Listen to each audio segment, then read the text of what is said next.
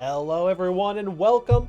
It is Fightsticks and Flashkicks number 71. I got bad news. All my Blazers are packed up, so this is what you get today. We're gonna have a great time. We got Razzo in the bracket. We've got a bunch of good players. Sundari, Jabos is in here, CPU. Lots of familiar names that you'll love to see. Wow, another F&F. And I'm joined today by the one, the only Coblin. How you doing? I'm doing pretty good, man, it's been a while since I've been doing this commentary thing, but I'm looking to get back into it. As a long-time Slayer fan, that announcement trailer, it got my spirits back up. I was enjoying playing ABBA, but seeing Slayer on screen again in this game, I had to get back into it, Absolutely.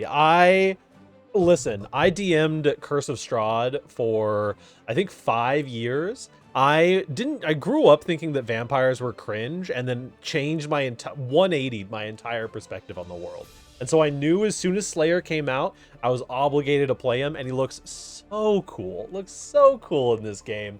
I'm excited. Yeah, definitely. I think I've Googled Ups and Downs by Naoki every day since the release trailer, and the song is still not out, unfortunately. But I did threaten everyone on my team that they're getting blocked if they don't tell me the second that it comes out. Understandable, but, I'm just excited to be back into it, excited to see what comes next, and I'm excited to see what we got in this bracket here. Because, like you said, there's a lot of good names, a lot of big names, and you never know. We have those dark horses show up, those newer players. Anything's possible. Absolutely, yeah. We got some scary players. I mean, even just right off the stop here, we've got Sloppy Time versus Cora, repping that Golden Order tag. Cora versus Sloppy Time. Yeah, two players I've not personally seen before, but seeing an Eno Milia matchup, it looks like it's going to be. This is definitely one I don't see too often, Yeah, it's gonna be an interesting one for sure. Sloppy Time is runs another bracket, Sloppy Sabbath on Sundays. You are good to go, yes.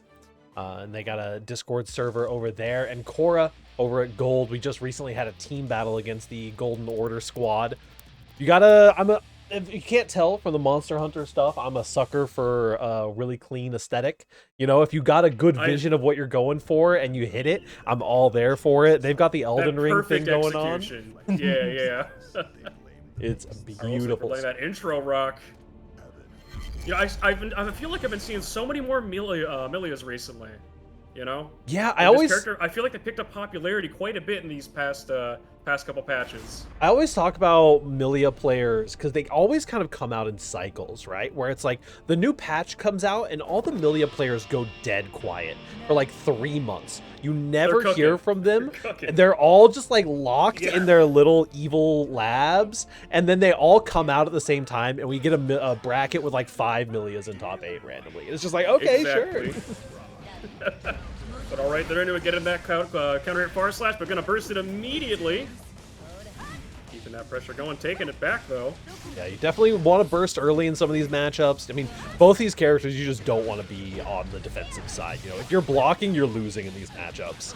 And oh yeah, as soon as you get that hard knockdown against either of these characters, no, immediate burst. I'm not dealing with that. I got gold. Daisuke gave me gold burst for a reason, and this is it. The Flex Shield coming out as well. A little bit more burst meter expenditure. But now Eno's on the offensive. Nice, Red RC. Fast confirmed. Keep that pressure going with the fireball. Gonna jump over it. 6P not going into anything though. 2K, 2D getting that disc set up. What's the mix? Okay, going into the super. I would like some plus frames, please. Catches with a JH. Nicely done. And that's first blood going over to Cora. What a block on that Capel. I would have gotten hit by that one. I don't think I've ever blocked Capel in my life. All right, good deflect shield. Not getting too much there, but still getting that stroke hit there. 2K, 2D. That's a tricky one. When that IED comes out, you think that it's going to be going opposite side. Catches again, but the 2D doesn't quite connect this time. That was a late YRC. Didn't think it would still connect up there. Ooh, bad move with no meter. Nobody ever expects it. Oh no, the bad moon no meter into 6K with no meter that's mixed with an asterisk behind it that says call my lawyers. It's just you never see it coming. What do they get out of it? It doesn't matter. You don't see it coming.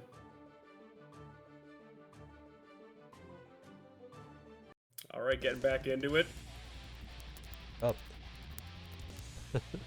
Also, what if Hatsune Miku was Hatsune Friku? You gotta put some respect on the name there. I didn't even notice. Oh, let's see.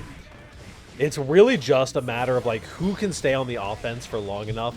I think that Sloppy Time has been doing a really good job on the defense against this Milia, but you cannot block this character forever. It will eventually open you up. Yeah, eventually you crack somewhere. But these are definitely just two characters that really just want to run at each other, you know? Well, I like to call these kind of matchups. It's not hold back to block. This is a hold forward to kill kind of matchup. Right there with the Bad Moon into the Red RC, gonna finish off that round right there. You can block Milia forever if you're right every time. You know, I didn't think about that, Vera. That's fair. What if I just guessed correct every single time? Genius! Oh no, got actually pushed out of the corner a little bit. Will micro walk out, but didn't get a punish here. The opposite side low is gonna connect.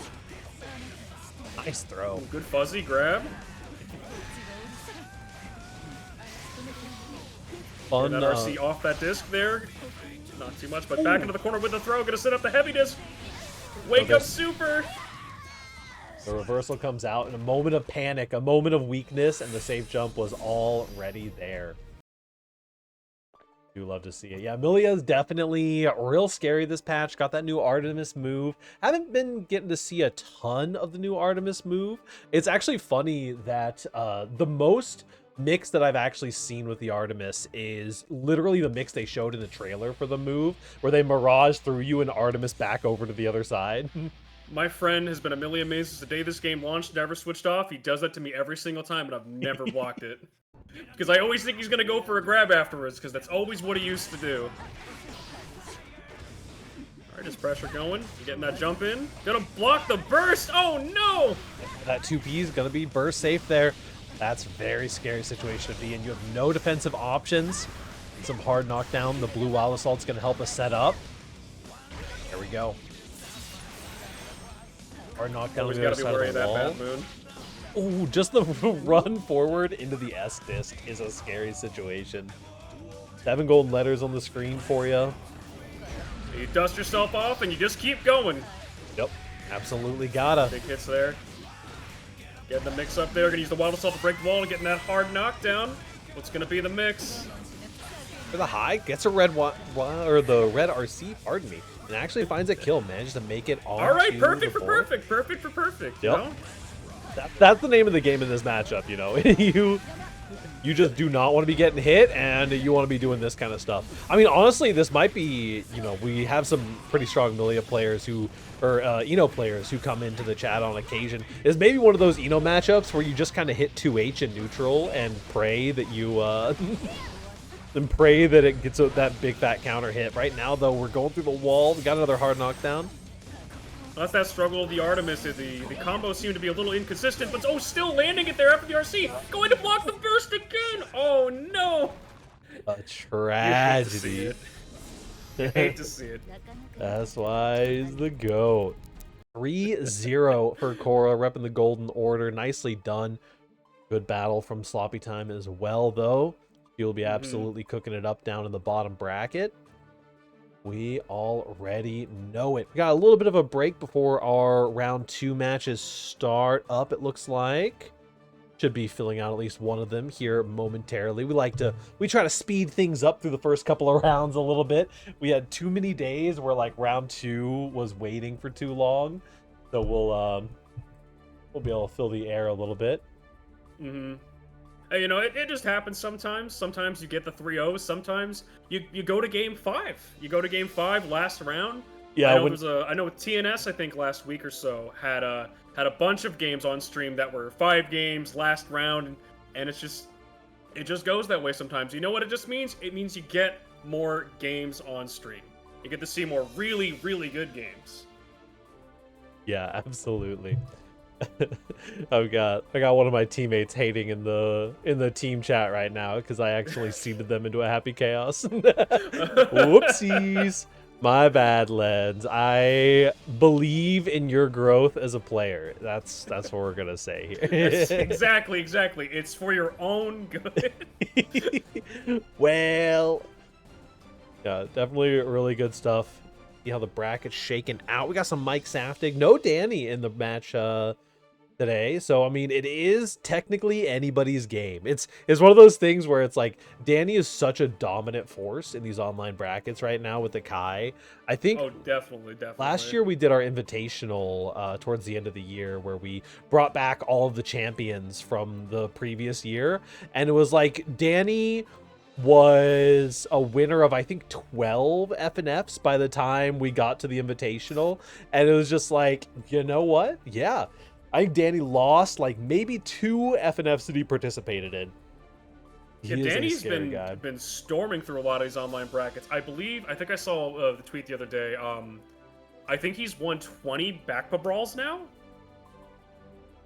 Like he is just going insane in these online brackets. He's winning TNS, and he's always hitting those top 8s. You know. I'm excited. I think that listen, I'm not going to say that I'm biased in the slightest. I am a very neutral commentator in general. But I will say, if Danny doesn't win EVO this year, I'm going to lose my mind. He hasn't made it to very many like big NA majors. He did the LK Invitational, and there was a South America major that I think he went to recently, the one that Pep was at. Yeah. And I mean, it's so scary, and it is always such a good, for me, the justification of Danny is like, I get to look at these top players struggle with this like online bracketer Kai, and it's like, I love that because you have infinite access to Danny as a top player, right? He's in every single online bracket. You could pop in here, you know, and it's like if Pep doesn't know the matchup, you can know the Kai matchup, but you're not going to know the Danny matchup. And come through some of these online brackets. It's good for the soul. Sometimes playing against some of these high level players and cooking your way through bracket, it can be good for you. Don't rest on your laurels, even if you're at the top. Exactly. You know, I can tell you from my experience, I would always fold to Danny. I've never blocked a 5D in my life. But you know, I love seeing it. I love seeing the Kai representation because for a while I wasn't seeing too many Kai players, at least you know from what I was watching. Yeah. So seeing someone cook so heavily on this character that a lot of people say is, oh, he's boring or he's plain, he's simple. It's like, oh, I don't know, man. Some of those combos are like seeing Fern play as well. Fern's is crazy with those Kai combos, you know? Things you didn't even know were possible. Yeah, absolutely. I mean, Fern is an incredible player. Whereas Bracket should be right here for you, friend. Start.gg/FNF. We have both links for the bracket command. FNF Rising is our bi-weekly Mondays Grand Blue bracket. Also have a blast with. I know Grand Blue got a bigger patch recently, or I think that was when the last character came out. And I haven't been watching too much of it, but I'm interested to see like what they've done and how the game has changed a bit. Yeah, I haven't played it since about like the first I think I played it for like the first month or so, and then just other games show up and I lose time, etc. For sure. Yeah, I mean, listen, it's hard. It's hard to be a dabbler in multiple whatchamacallits, in different kinds of games, but Grand Blue is a really good one. I've personally been enjoying it. It's my kind of like main secondary game, but Strive will always be where my heart's at for sure. Oh, definitely. Just I think it was Jay Crofts had a tweet about it saying the key is to just be mid at every single fighting game you play. Yep. If you just play so many of them, that's the goal. Listen, absolutely mid. If I go to a major, I go 2-2 in everything I play. I'm a happy camper. But honestly, when you're not taking the game super seriously, it can kind of unlock the this fabled thing that you don't hear about a lot in the FGC of like having fun with the game. I know. It's crazy. And when you're not taking the game the most seriously, it can kind of unlock that aspect for you. Oh yeah, definitely. I get that way with a lot of I play a lot of older fighting games with some of my friends, and I have a friend who's really into to plus R, Mhm.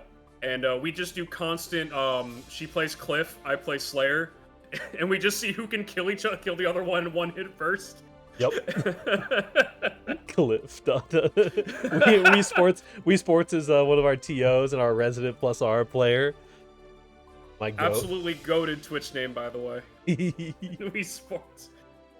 Esports is indeed my goat. We got some Koi representation here, well as Lurie, the Faust, the little Lord of the Faust. Boy, saw so bad guy for a second there. Scary. Trying out something new, Lurie. Okay, there we go. Switch it back over to the Faust.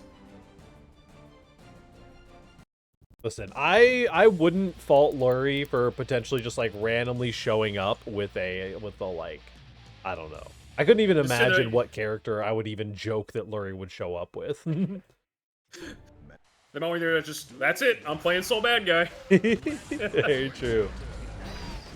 Get that 2K and 6 piece setting up the little man. He's running across the screen. All meteors are here. Hi, guy, repping that Kingdom of Illyria. One of the more recent orgs have been popping onto the scene lately. Very chill. Yeah, I've been seeing them here and there. I think they do like a beginner bracket. At least I tuned into their beginner bracket once or twice. Yeah, absolutely. So the weight's going to keep you a little bit safe. Some Potemkin action. YRC, though. Honestly, he flies. Pulling the banana there is such a scary situation in that right there, because you can't even like run up for a close slash because you're gonna trip on the banana. Another meteor comes out, but completely whiffs on the iframes. Yeah, this is definitely a spot as Pot. You really have to commit to approaching. Whatever option you're doing, it's going to be a scary one. Yeah, this is a really, really interesting matchup. There's a lot of interplay between these two characters. If I remember correctly, at most layers, this is super Faust favored. But, you know, I'm a believer. I've seen some really crazy stuff from Squanto in some of our team battles against Potemkin players. So Squanto, A-Boy, the things that they can accomplish while dealing with these, you know, the typical enemies as through all the years, zoner versus grappler. Absolutely. You know. What some of these pots. Some of these pots just figure it out and how to cook and how to just deal with it. Mm-hmm. The multi-hitting low is gonna break through that armor, and I mean you can kind of tell where some of the pain in the matchup comes here. The stuck down in the corner, the Mega Fists aren't working, the armor options aren't working. You gotta find some kind of answer. We got a hard knockdown here. What's gonna be the option? It's just gonna be the 5P to catch the backdash. Done. I know it is definitely one of the uphill battles for Potemkin, you know? I like Lurie going for a lot of these fast options, a lot of the multi-hitting options. Faust has some like... Faust is so odd in a lot of ways because it's like the close slash not being plus and the far slash putting out the weird long hurt box. There's a lot that's you could say lacking in the character, but some of those fast buttons, though, they're crazy.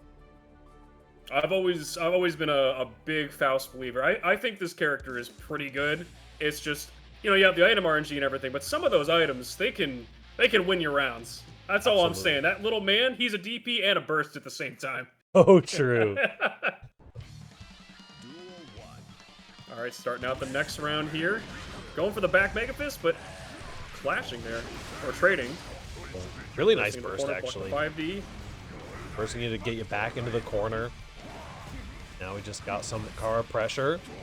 Trying to find some options to get out of the corner. Lots of fuzzy jumping from Lurie. Gonna get caught out by the armored move. Spending the burst there to get out of there was the right option, I'd say. But just trying to find a way in.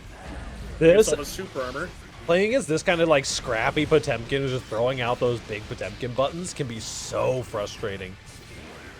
Go YRC. Oh, the White Wild Assault. Backdash is I was wondering when we were going to see it. The overhead, and we're back in the corner. Has one last opportunity, but a good fuzzy jump from Kai Guy. A very smart jumping that, going in for the command grab there. Slide head getting that hard knockdown. Going for the flick just to push them away. Pulling some items. Hold on to some stuff. The hammer's not going to connect here. Actually, the heat tackle didn't connect with the mini fouls there. That's kind of a scary situation. Gets a cross up off the heat knuckle as well. Mini fouls may join the party after all, but I think he's on vacation right now. That man's on the clock and he's not doing anything for him. Oh, missing the mix there. It didn't connect off the 6P. Having to spend the meter to keep it safe. Got the Afro, could set up for the bomb there. Actually just gets a hit, catches a backdash. Good use on the deflect shield. Unfortunately, 2H not close enough to land there. That's more of these scrappy hits. Has to spin the PRC. Temkin was ready for you. Minifaust is here to keep you plus. No, Minifaust decides to just walk away and leave you to die. Oh, that little man's coming off payroll, I'm telling you. That is so tragic. Literally was just walking right into the combat. Mm-hmm. I mean, sometimes he's just not where you need him to be. Alright, we're going right into the next one. Definitely a lot more scrappy buttons, a lot more challenges in the neutral coming in from Kai Guy. Not very few like big conversions, because I mean Potemkin's a character. You get the right counter hit, you will just die. Ooh, nice jump there. This is definitely a high damage character, but not really being able to get set up for these big counter hits, but it's just landing these 6Ps, you know, landing these far slashes in neutral. It's like playing almost their keep away game in the same aspect, you know? But laying a hit, they're gonna go for the mix, take him into the corner, bursting out of there. Oh, Using that for the invincibility. There's at least an option to get you out of there. Not too often you're gonna land the jump call out on that. Doing the item super. We got a bomb on the field going for a bombo there? Alright. Kind of a bombo. Bomb functions as the enemy's burst this time around, unluckily. Ooh, unfortunate hitting the close slash on the super armor there. Oh, Razzo gonna spend it. RC, oh, nice. that's so unfortunate. Yeah, that super armor just eating that J2K. Yeah, and I believe that Faust can cancel into a bomb bag to actually break through the armor there, but the PRC is such a good idea to get that big counter hit. Capitalize to win the game. A little bit of plus frames here. The boys are back in town. Minifaust still on union break. He's still chilling. Listen, he's got tenure. He's fine. Larry is even getting poked out by his own bombs here a little bit. The HP war is just like, it's could be really frustrating. This is a huge pickup though. And landing the command grab there. That should seal it out. You know, it's real scary because even at that advantage, you know, Kai Guy gets like one big hit there, and that could be losing like 70% of your health at that point. Absolutely. The heat tackle comes out, just trying to close some of the gap, but is pretty punishable on that tail end. These hammers have not quite been doing work for Lurie, but got another bomb on the field. Oh no, Lurie getting hit by his own bomb! Lurie is at war with the items today. Gets a counter hit on the Blue Wild Assault. Gets back throwing for your trouble. Oh, not the back throw incident. Careful here. You're playing the Potemkin guessing game. The Garuda doesn't connect here. Oh, mix, all the way.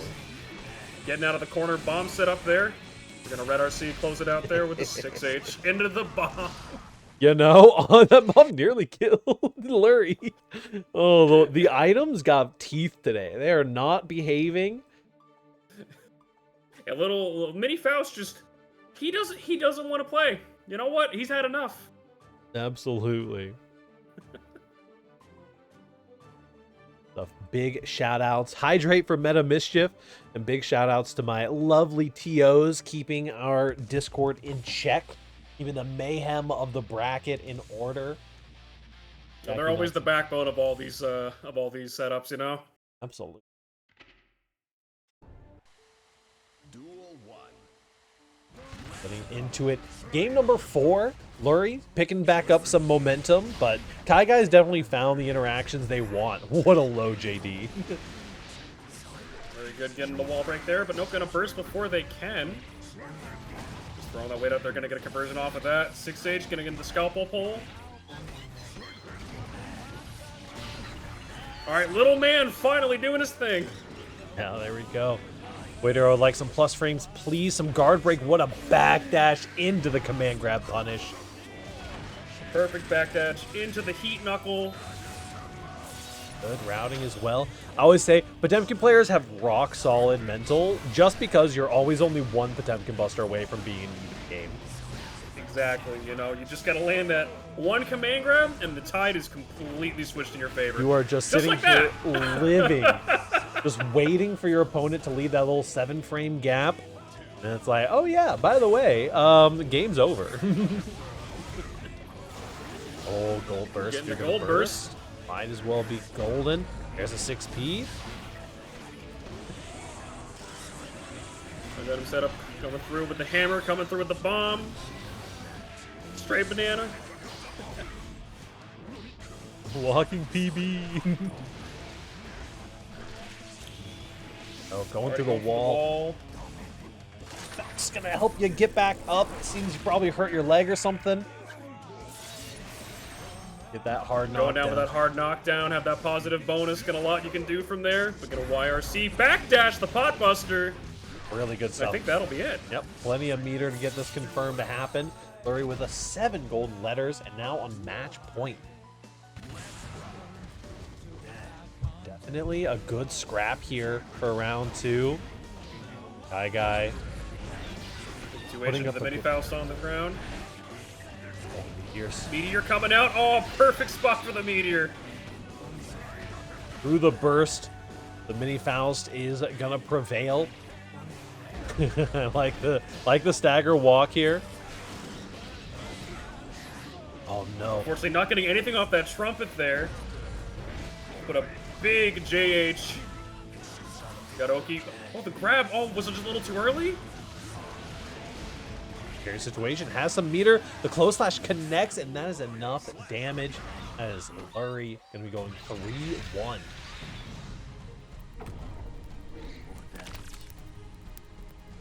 I give it to Kai Guy. You know, this is definitely one of those one of those real rough matchups. Absolutely. And they held their own with it pretty well. They played very patiently, but you know, it just goes that way. It's really tough to have that uphill battle against the zoner as a grappler. A new follower. When you do a Garuda, you have to do 8, 9, 6, 3, 2, 1, 4 KP, like a Kara. If you do it properly, Pot will walk forward and then Potemkin. That is wild.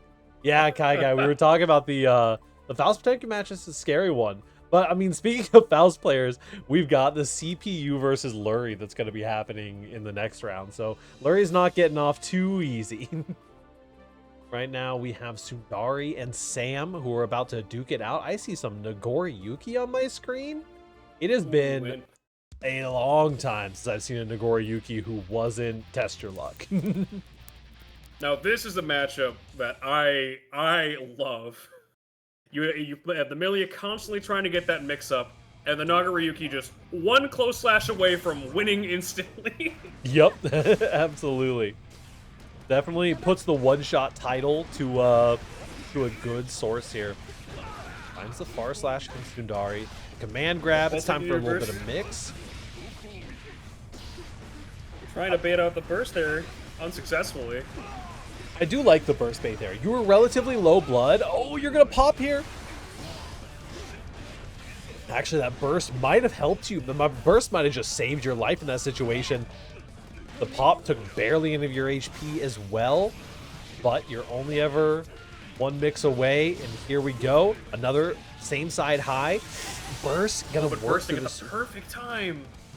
You cannot take any normals, anything. The close slash anti-air beats out the air grab with a pixel and a dream, a chip and a chair. Sundari comes through.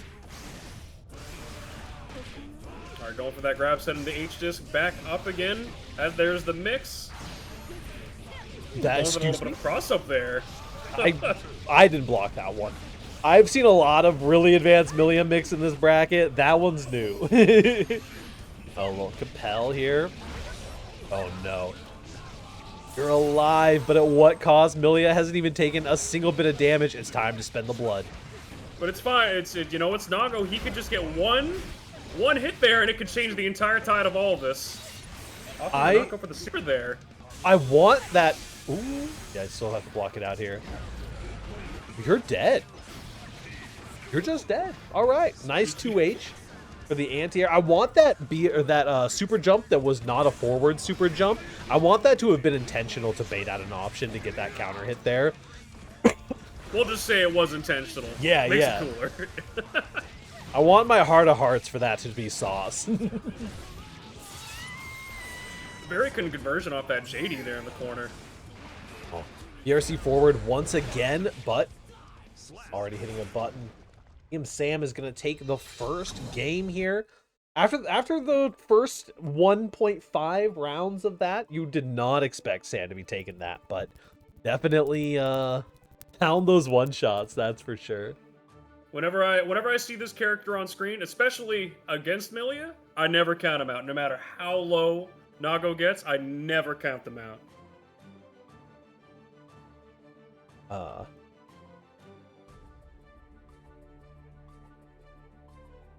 Hold on. We apparently have some connection issues. Let's see. Tournament organizer. Where the heck? My organizer role. Organizer. There we go. I did notice a little bit of lag on the start there when we were loading in. Sam and I figured that was just on my end though. Yeah, does happen on occasion. Sundari. Connection test.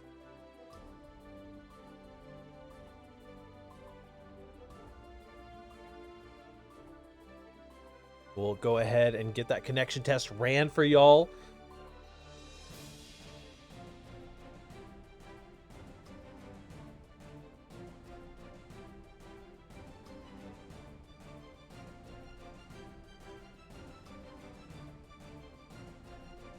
I mean, you know how it can go with these, with doing online brackets. Sometimes your internet connection doesn't always play nice with you, you know?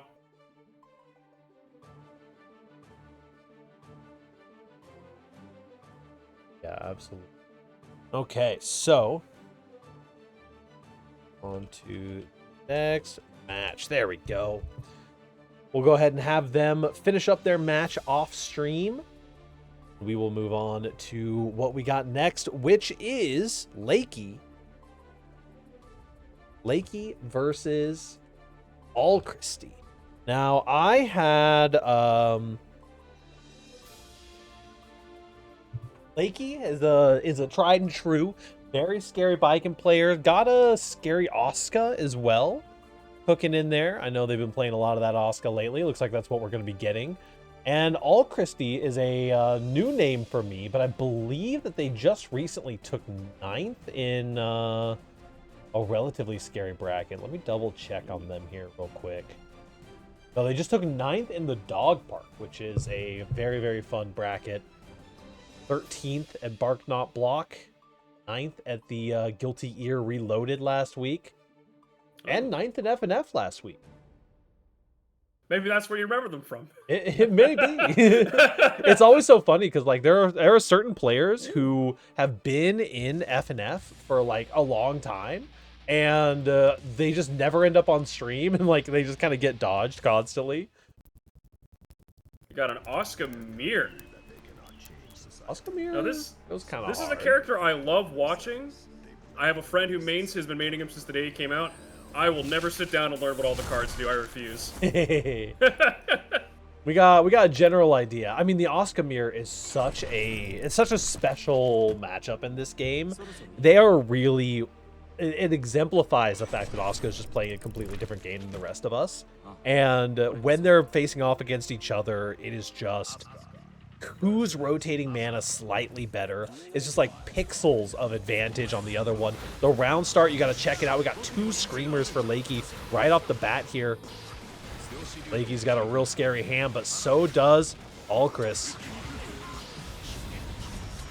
Are we just throwing these cubes out here?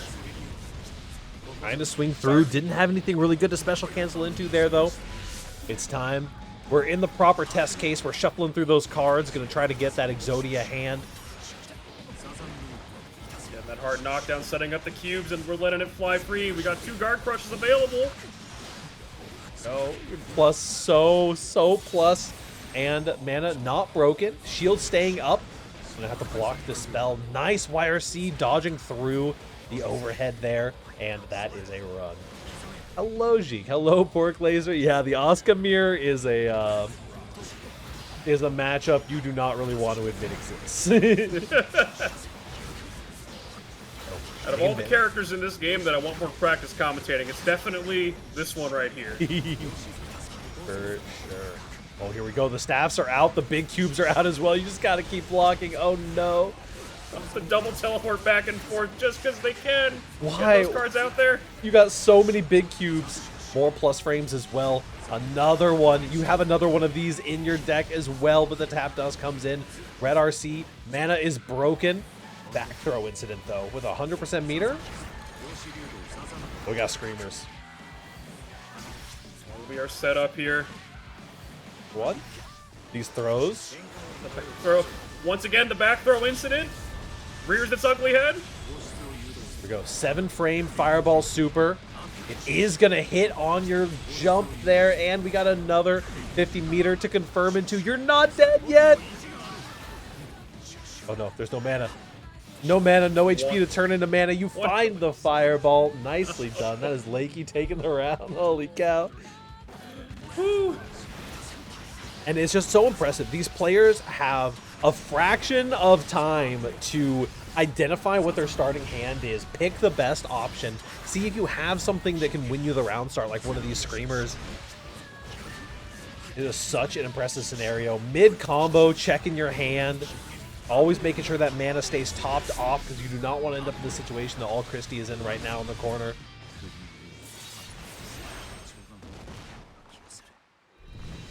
I'm telling you, it can be hard to keep up with. That is for sure. I used to think that Million mirrors were the hardest, but I think the Oscar mirrors are the pinnacle nowadays. My friend just linked me the Dust Loop article for all the spells. Oh man. We're going right back into it. The mirror continuing. Oh, J Boogie. Gold Lewis mirror. Gold Lewis mirrors are pretty good. I'm a big fan of Potemkin mirrors as well. I love watching mirrors just in general. Here we go. Staff down, but we got about 25 plus frames happening here. Enough plus frames to buy a drink, as some may say. Just keeping that pressure going non-stop, hitting that 5D. Gotta convert off of that, go for the wall. Honestly, a little unlucky that the wall broke so early. You could get a lot of damage there, but we're just going to find a straight fireball. Teleport confirmed. Didn't matter. Didn't matter.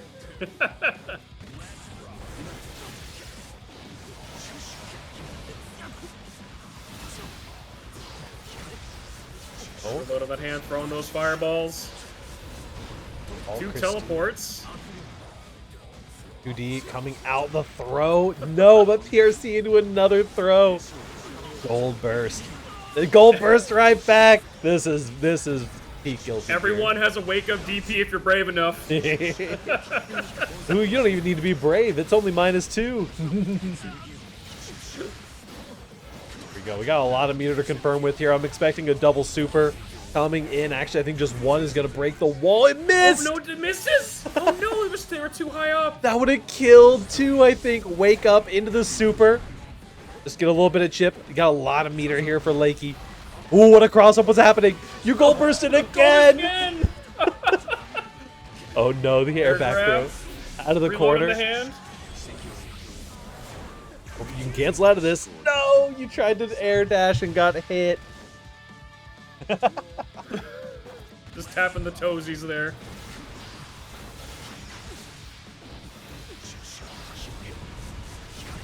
Cubes, cubes, and cubes. We got the Great Wall coming.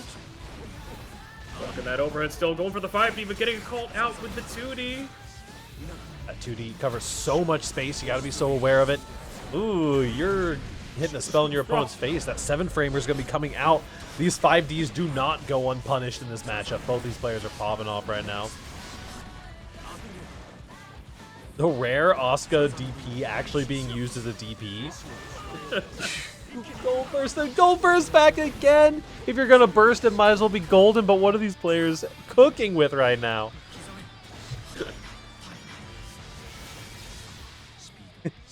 I like the little truce to like refresh your mana. It's like, hey, let's just both refresh.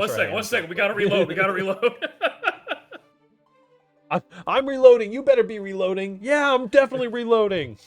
It's the perfect time to. It's called playing neutral. Tying us up 1-1. My blood pressure is rising. Got a note. No swap to the Baiken from Lakey is kind of crazy. Because Lakey does still have that just absolutely top tier Baiken. But I think that like Asuka players are some of the select few who actually enjoyed their mirror match. This looks like it's a lot of fun. It's definitely a real interesting one, you know. I've never been one to enjoy my mirror matches in other fighting games, but just this one in particular, it's gas, I gotta tell you. We love casting spells. We love casting spells. Home for the low. Some slow moving frames coming in once again, refreshing that spell list. The mana starting to run a little bit low. Got double teleport again. You block that mix, okay, sure. In that 5D, gonna burst out of that. Lakey is having to work so hard. Oh! We both thrown out the wall. And just a teleport into point blank fireball. All Christie doing a really good job, really locking in on the defense. Lakey is having such a hard time opening All Christie up.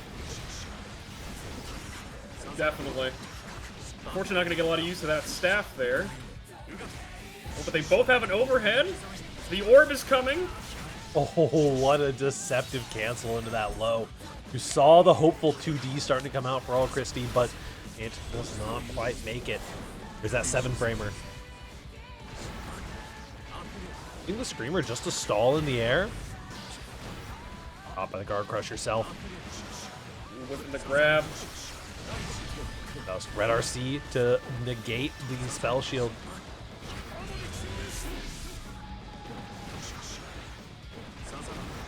Just throwing out everything we got. Backdashing, catching that grab there. Not going to be able to hit the Wild Assault. Oh, just powers straight through that spell. I keep wondering why Lakey's HP, even though they've spent so much time on the offensive, they're spending all of their HP on mana. And I just realized it was like, last time I was like, man, Lakey's been doing this block string for like 25 seconds. Why are they losing an HP right now? It's just because you're not getting enough chip damage compared to the amount of mana that you are chugging into. A new follower. Oh yeah, definitely. You know, it's it could be a little scary both ways, because you know if you get tapped just a little bit like on the foot while they're throwing out all that pressure, all that health you're spending on that mana could just comes back to bite you.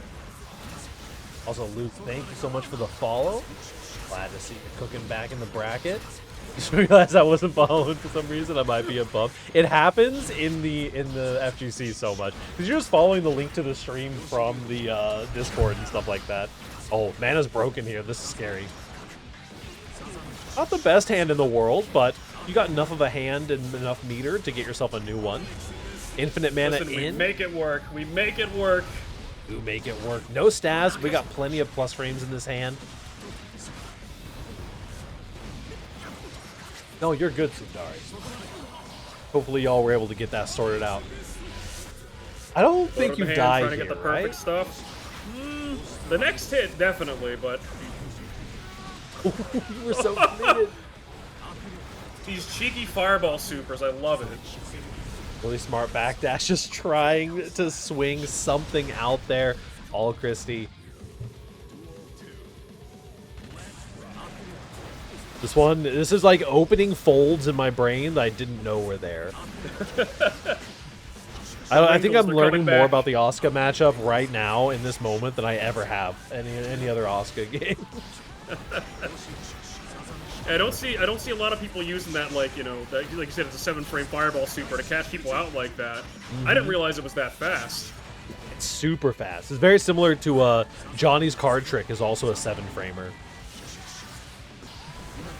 Although it is a little bit better in the Fireball Wars. This is a scary situation to be in. Just jumping out, but going to get air thrown back in the corner. All Christie is in the driver's seat right now with plenty of meter. This character is... Asuka deals so little damage to Asuka with a shield. Nice mash out. Alright, you got 1 bar of meter, a flip of health, and a dream. What's the plan? We got fireballs. We love casting spells. We love casting spells. Oh, but not enough. I love how complicated this matchup is and how intricate all these interactions are, and also how often it just boils down to them doing like IAD screamer. And it's just like, I'm just gonna hit my biggest button after I IAD and hope it works. Or even just good old run-up grab. Yep. You know, in this matchup, you never expect it. We're a little bit plus. This might actually work out for you here. Yes, it does. It gets you out. Oh my god, it did! You have so much risk as well. You're actually going to be getting so much meter as long as you keep moving forward. 6P through, but has no spells. Complete hand refresh. Got 2 screamers and a couple fireballs, but does not get opened up. I swear I saw that hit. Alright, using the deflect shield, trying to get them away a little bit. Throwing this fireball super. I don't think that's going to connect. Yeah, got the higher tier jump there in order to make it over the fireball super. Catches the teleport. Mana's broken on Lakey. The BRC, fast BRC into the throw. A little bit of panic there. All Christie going up 3-1. I hear this are all Christie persons. Pretty good. You know, that was impressive. Like I said, I love that, you know, reaction fireball super, you know? Brings me back to my Street Fighter roots. Very true. Beautiful stuff. We've got one of OEG's own coming out. We got Lasagna Slayer, not from OEG, but we have Pixelated Max as well. Average D2D enjoyer. Oh no. we got a real freak on the cabinet here. Hold on. Oh boy. What if Lasagna Slayer was Freaky Slayer and Lasagna Slayer up against Pixelated Max here for our next round 3 game. And we've got it hasn't quite come to light yet, but we have some happy chaoses in this bracket. Luke SFL and Hazen are both going to be on our stream next after this for their top 8 qualifier matches. Christie is so good. You know, Christie was real impressive there. But all you said, oh? You know, seeing Luke and Hazen play out the Happy Chaos mirror, that'll be a fun one. You know, I don't know too much about that mirror either. Happy Chaos makes Happy Chaos seem like a real honest character. Looks like we've got It's gotta be one hell of a matchup then. Got an Aura'd Gold Lewis Dickinson on this cab here for Lasagna Slayer. Doesn't get much more scary than that.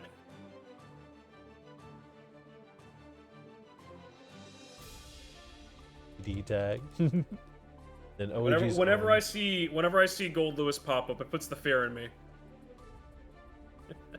Absolutely. Gold Lewis, especially this season, is a very scary character. Everybody, they messed up giving Gold Lewis Y Wild Assault, not because of any of the other reasons that everyone else is complaining about, but it's actually just because it made the Gold Lewis Testament matchup Gold Lewis favored, and Testament players were the only thing keeping the Gold Lewis players away from you all in bracket. And now that they made Testament bottom tier and they gave Gold Lewis Wild Assault, and now it's over for all of you. You all have to suffer for our suffering. It's like the circle of life, you know. The Testament players get to stay mid tier, and they beat Gold Lewis and Nago, so you don't have to deal with it in your bracket run. And it looks like we're gonna have Gold Lewis Sin, from what it seems. Oh, Max is rocking the Sin Kisuke. Excited to see what he's been cooking up. Sin's definitely a character I know a lot of people aren't the most fond of, but I can't. He's just so much simple fun to play. Like, yeah, exactly. He's just a good character, you know. He's definitely solid this patch, but also you can't, you can't deny that he's definitely got that fun factor. Mm-hmm. And Max has always been a guy that cooks on this character for sure. Always loves going for some of that more advanced tech. You know, is a non-DP enjoyer. We have to convince him to use DP more. I don't think I've ever seen a Sin that's a non-DP enjoyer. It's a wild one. I love the 5P round start, calling out the wild assault option. Well, speaking of DPs, catches the backdash with the dash after as well. No! Alright, gonna want to burst out of that, because that's the real back throw incident right there. You don't want to be in the corner against Gold Lewis. Ooh, we might be having a bit of a connection issue. Okay, we're making it back through. Itself out. Trying to find a beak driver through the drone here is going to be getting hit up. This is a lot of damage. Oh no, actually messed up the super. Here it is. It's fine going to super anyways, but it gets blocked. They're going to have the super of their own going through the wall. All right, even from that long range, Sin can get those nice confirms. Honestly, big respect for Lasagna Slayer. I missed my super. I'm going to keep mashing until it comes out. I respect that. Unfortunately, missing the sweet spot there, so not going to get the kill. It's scary. Well, I attack. Ooh, White Wild Assault's going to connect. And a run-up throw into the drone for the nice little combo. Good stuff for Lasagna Slayer, taking first blood, but a very close first game. In that last second hitbox on that JD. Back throw bringing up into the corner. Scary place to be against Sin. Getting that counter hit close slash. The normal conversion into the super. Huge hit. Good Big stack of damage pressure. right there. Oh, you're just dead. All 6K, right. my beloved. I love Sin 6K.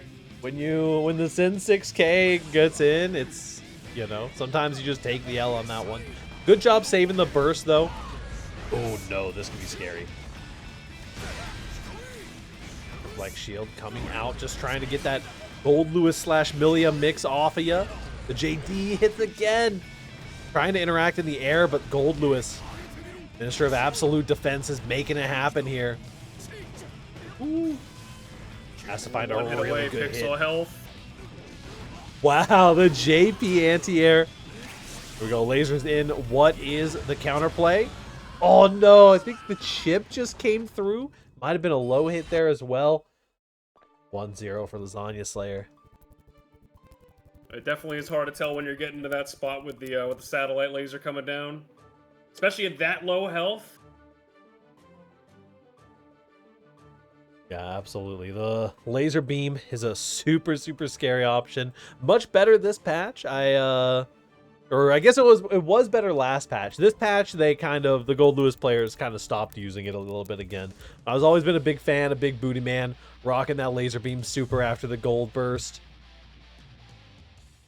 Oh yeah, definitely, you know. See if Pixelated Max can make some adaptations happen. Had some really good answers. Got one DP baited.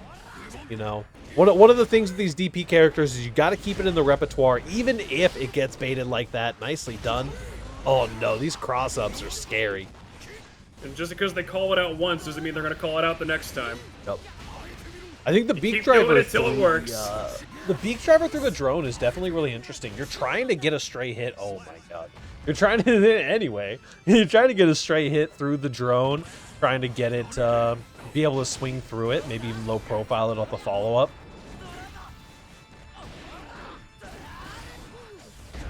Oh, Getting out of the corner, big JH.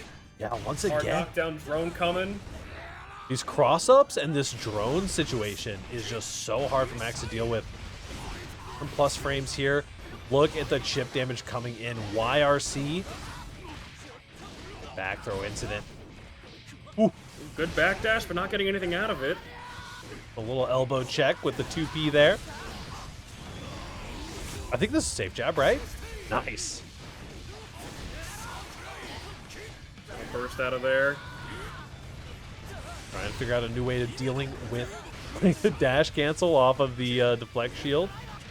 Oh no. Yeah, the drone is just going to keep going on through. They got the number on these beak drivers. And again, the jump ins on this Gold Lewis. Putting in work against Max. You know, I could definitely see the plan of like trying to poke him out with the beak driver while the drone's coming, but I don't think it recovers fast enough. I mean, beak driver is, I'm fairly certain it's still this way, negative on hit. So, you know, if you're not getting a good answer afterwards, you end up in a lot of situations. If they have a fast button, they can get a counter hit on your beak driver before it recovers. And that is a situation you do not want to be in. Very good jump on the White Wild Assault, though. Ooh, gonna burst there. That could have been a lot of damage. And it really just is these jump-ins. Max has been struggling getting some of these anti-airs, and these big counter hits on the jump-ins have been so scary. Oh, yeah. Oh, yeah. You're swinging that thing. Lasagna Slayer. A very unfortunate clash on that DP there. There we go. A good conversion over to the corner. Like the idea using the 2H. Lots of backdashes on Wake Up from Lasagna Slayer, so a little bit more active frames. You're going to be able to catch that for you. Counter hit. RC. Most likely going to be saving the burst here. I don't think that we're going to kill quite yet. The next hit does it in, and there we go. I mean, that's got to be one of the biggest adjustments. I know I had this struggle with Testament. Reset Central, exactly. I had this struggle as Testament when when Red Wild Assault came out, and it was like, man, I don't know. Bursting just feels so not worth it because of how much I can get off of this Orange Wild Assault. And Gold Lewis players gotta feel that same way. Like, hey, I got 2 White Wild Assaults right now. I could just choose to be so plus. Why would I ever burst? Hey, you know, that is the thing. You're so plus, you're invincible on your approach, and I mean, unless they have like the reaction speed of like, I don't know what, they can maybe grab you, but you don't see that happen too often. Yeah, absolutely. We've got an FNF Classic coming up next. We got Luke versus Kensei. The Kai trying to be the Happy Chaos Killer. Then we got Hazen versus Pork Laser. And I believe just the other day got signed on with new heads. Pork Laser has been an on and off staple of the FNF bracket as well. We are officially entering the that beautiful time of the night, you know. We got Razzo and CPU duking it out for top 8. All Christie and Lasagna Slayer are going to be fighting. We got some very, very high intensity matches coming for. Me being last, shake my head. Oh. You might burst if you can guarantee your opponent is pushed into the corner and you're on top of them, but that's not too common anymore when Wild Assault can already get you there. Exactly. It's like, why would I, burst on a chance to beat this Sin when I can just go to the next round start with Wild Assault, be plus 12, and then just kind of go rock and roll from there, Gold Lewis players have always been in a position where they're just trying to trick you into blocking once so that they can just win the game. And now they got the best tool possible to do that. Yep, absolutely. But definitely been some fun matches so far, Been excited, been enjoying myself, getting back into this whole commentary thing. For sure. It's been going great. Just one more round away from the top 8. Oh yeah. Move code is 000117. Yep, just one match away from a couple matches away from the top 8. And a couple of good ones, that is for sure. Let's see how the bottom bracket is shaking up. I see Lurie facing off against Turtl and Beyond. I see a potential team kill coming in between your boy Squanto and Pixelated Max, a tragedy. I couldn't make it up. I think we've had like at least 2 team kills in every bracket, and it's so funny. My teammates Listen, are it's always just like, "You gotta stop seeding us into each other." I'm like, "Man, it's losers round 4. I can't control that." I don't think the seeding is gonna help you too much at that point. Listen, I can't. I can do a lot. I can do a lot, but I can't do that.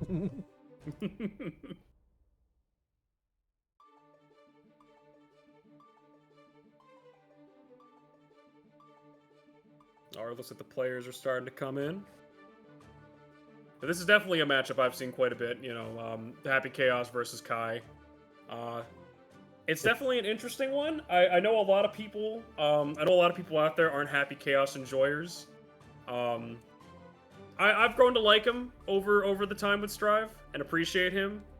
I don't like playing against him, but you know that's different. For sure. Let me just real quick. I believe that. Oh yeah. So Kensei is currently on stream over at Smoke Sessions. So actually, we're gonna be doing Hazen versus Pork Laser first.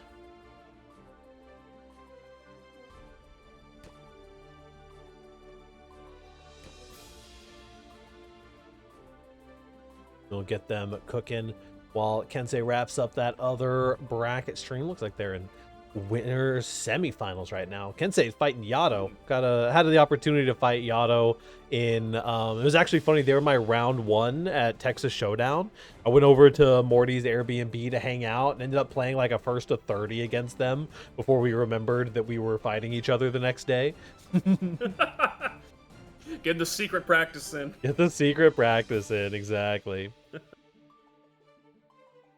But this next up, it's gonna be, you know, Hazen and Pork Laser. That's that's gonna be Biken versus Happy Chaos. Yep, I believe it should be the Biken versus the Happy Chaos.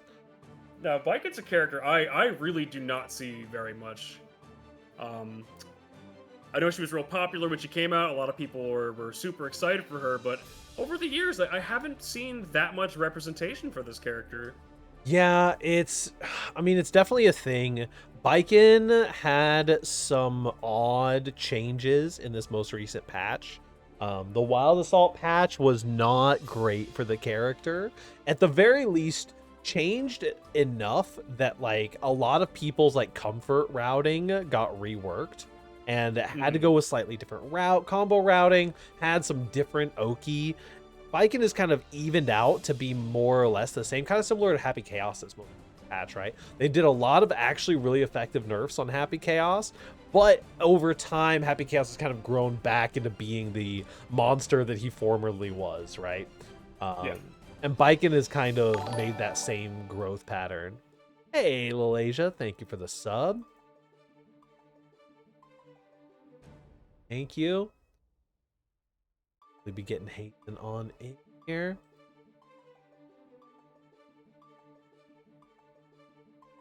Yeah, definitely looking forward to seeing it, you know? Because I think she's pretty cool. A lot of the different options she has, just playing around with the Escabari and just all the different combos you can get out of that, the setups you can get out of that. And I think it was in this season they made it that you can combo out of your grab if you have them tethered. Yeah, you can get those tether combos out of the grab now. I think the Biken's kind of game plan now has shifted a little bit more away from the like rush down like Jozansen setups. You still do a lot of those, don't get me wrong, but a lot of Biken now is just like you to block a far slash and then just they put the tether on your ass and then they're just tether RPSing you over and over again. You know, just keeping you locked down there. The next mistake you make could be the last one, but the next mistake the Biken makes could be the last one, so... it's a tough one. Oh no, not again. Not again! No. We're gonna have actually, Coblin, would you mind hosting a room for us? Sure, revving the room issues. Yeah. Sure, let me do that real quick.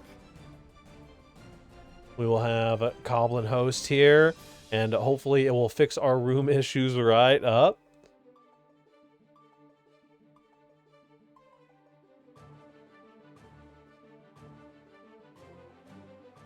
Pork Laser, Luke, Hazen, and Kensei. Room issues. My Strive hates Hazen. Remaking real quick. Code shortly. Alright, I My passed you the room code. modern day biking is really interesting, I think. Oh no, everybody's gonna see that my room isn't customized at all. Oh no! You got those moving boxes? I never even fished for anything because I save all my money to fish for the new music. Search for existing rooms, search ID. Let's rock and roll. Hopefully, we're gonna be able to actually see Hazen. So last week, I couldn't see Hazen and couldn't spectate any of their matches. So I may end up having, if you don't mind, throwing up a Discord stream here in a minute. If that is yeah, I'm sure if I have to, it's no problem. We'll see, because it's the freakiest thing. I got no idea. My Guilty Gear Strive just refuses to believe that Hazen exists. Alright, to see Hazen has entered the room. You see that? That's not a good sign. Oh no! What you mean Hazen has entered the room?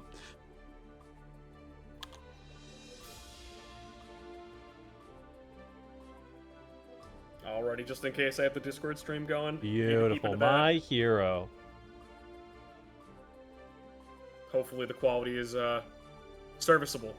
Just fine. Listen, we are no strangers to getting a little scrappy with it here.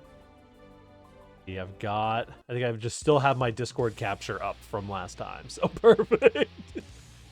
Listen, sometimes it's just a miracle that we can even get the matches started with how these lobbies can be. True. Yeah, the Strive Earth hasn't happened too much, but just this last couple weeks with Hazen, I don't know what exactly it's been, but you know, I always forget that Biken has this unique intro with the black and white and everything. Yeah, very cool intro. Very like samurai film. Like the intros in Monster Hunter Rise. Exactly. Definitely not. They aren't just pulling from the same source material. They're definitely. This is a Monster Hunter Rise reference.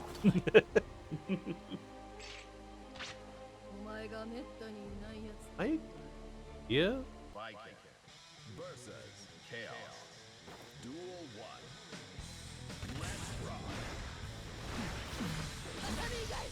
Just starting out that pressure. Not coming in too hard yet. Going for that hard knockdown into the mix. It's gonna be the grab. Getting the tether. The range pressure has started. Going for the glicky, but it's not. Doesn't land.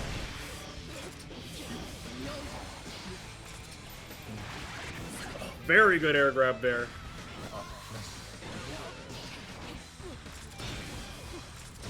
We're all the way back. Let's go. And I can see the match as well. We got Hazen going through the wall. Little 5P to wall break. Happy Chaos 2S, my beloved. Good patience from Pork Laser, not swinging the clone, but gonna take advantage of that temporary invincibility. Wow, you hit the recovery of the bar slash like that. Strive is notoriously not a very whiff punishy game. That was a really nice whiff punish on the Michael walk back. It definitely. Ooh, very big block on the burst right there. But he's a super to go for the wall. Will this kill? I don't think it will because she's got that. Oh no, it does. Yeah, the guts crush on that. The multi hitting is always gonna cook on you there. I was thinking, you know, Biken's got the Japanese guts. She might actually survive this, but nope. Very, very good stuff. Hazen taking the first game, appearing in the room. I can see them. Their beautiful avatar.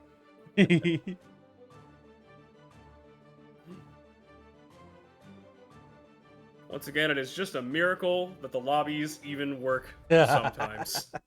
It's a feat of human engineering.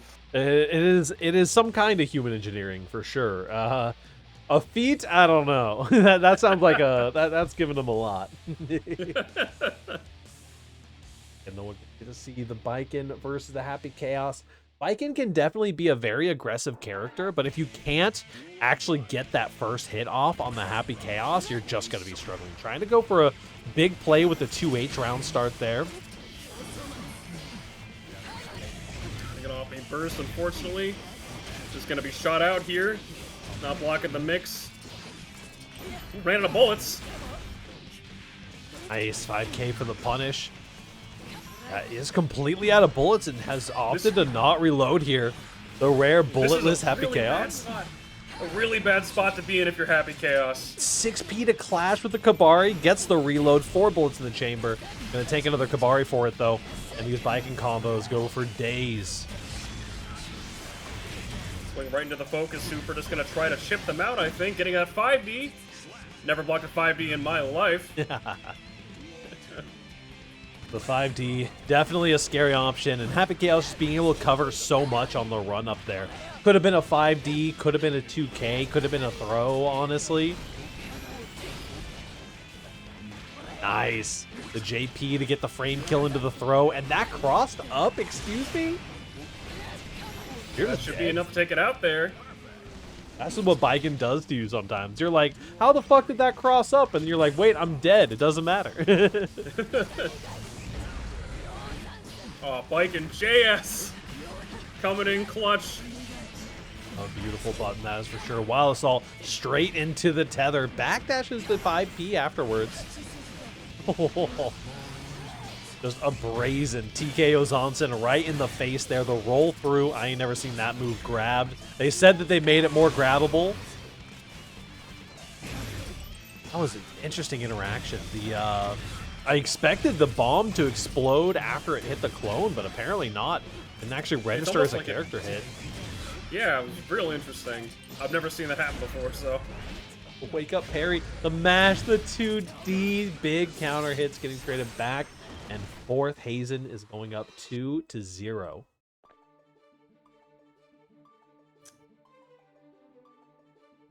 It's like you said, like, this is a real rough one for Biken. Trying to get that first hit in and just to keep that pressure going, those constant resets. Because, you know, once you get far away, once you're on the other side of the screen, it's tough coming back. Yeah, absolutely. We're gonna see. Hello, Kensei, welcome back. We're gonna see if Pork Laser can overcome here, make the reverse sweep happen. Viking players do have that pro tag energy, that is for sure, but Hazen is just here to hold it down, honestly. He's playing so solid, leaving so few actual interactions for you. Catch him out with a Kabari. Pulling out the gun just to threaten that whip gunshot as well.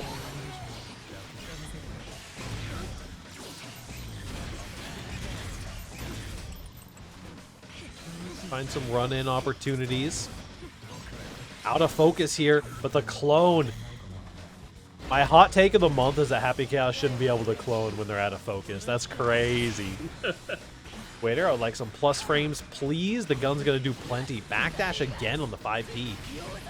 Oh, I think you're just dead here. I think so. That should be. No. I don't. Just not enough. The next hit will do it though. Very good jump in with the JP into the 2K. Yeah, the JP frame kill there, very sneaky. Usually Vikings are going for the meaty throw in that situation. Definitely don't deny it. The defense from Hazen looking scary, puts you back in the corner. Every time you give Hazen risk, it's just like they're playing their own game. They're just like, yeah, no, I want you to put me in a block string. I'll build a little bit of risk and then get 50 meter for free. Back-to-back HC stream matches. We're gonna have more than just back-to-back HC stream matches at this rate, because both of these players. Bad news for you if that's not what you want. Both Luke and Hazen are looking for a clean potential of top 8, but Pork Laser is here to shut it down a little bit, bringing us to a 1-2 scenario. Seeing if Pork Laser can, can bring this back. I'd love to see it. I love seeing this character. Like I said, I don't see them enough. Happy Chaos Mirror grants. I see it. HC is hype, exactly. Happy Rio in the chat as well. Listen, if I remember correctly, it would be so funny to have these two players in Grands, because I'm pretty sure that Luke refuses to play the Happy Chaos Mirror. So it'll be like, I think Luke maybe on Kai against Hazen on Happy Chaos. That would be a hairy one. Interesting. Luke's out here gonna be DMing all of top 8 like some Happy Chaos counterplay. Like, hey, press here, please. I don't want to fight the mirror. I need you to win this. I can't have this right now. Nicely done. Good little ladder combo. Straight to the wall, bursting out. Oh, the PRC just rocketing across the screen. Very scary spot to be in with the focus super coming up. The constant pressure from the curse and the bullets. Hey, well, Asia, thank you for the 5 gifted subs. 5 tier 1 subs to the community. Thank you so much. Hope you've been enjoying the tournament so far. Going your bedman practice. Oh no, whiffing the parry. Oh, a tragedy. Gifted subs powering up the Happy Chaos a little bit. Pay to win character confirmed. he is DLC, that's true. Might be on the gunshot. Gotta watch out. Gonna be jailing into that curse ball. The roll through is gonna connect here. Big red RC. I think that you're still alive here, but you are definitely struggling. The curse ball actually whiffs, so you're not in the worst spot in the world. Oh, excuse me? Very good block there. You actually got the 2H. This is huge for Pork Laser. Nice. 6P to call out the Kabari. Huge 6P. Hazen showing not only, it's not just all face roll play in Happy Chaos. You know, learning the matchup actually can help you out a little bit there. Flexing some of that knowledge. Good stuff. 3-1 over Pork Laser. And that is an absolute demon going down into the bottom bracket. No, definitely. They held their own against that Happy Chaos there pretty well. You know, it definitely seems like it's a tough one to come back from.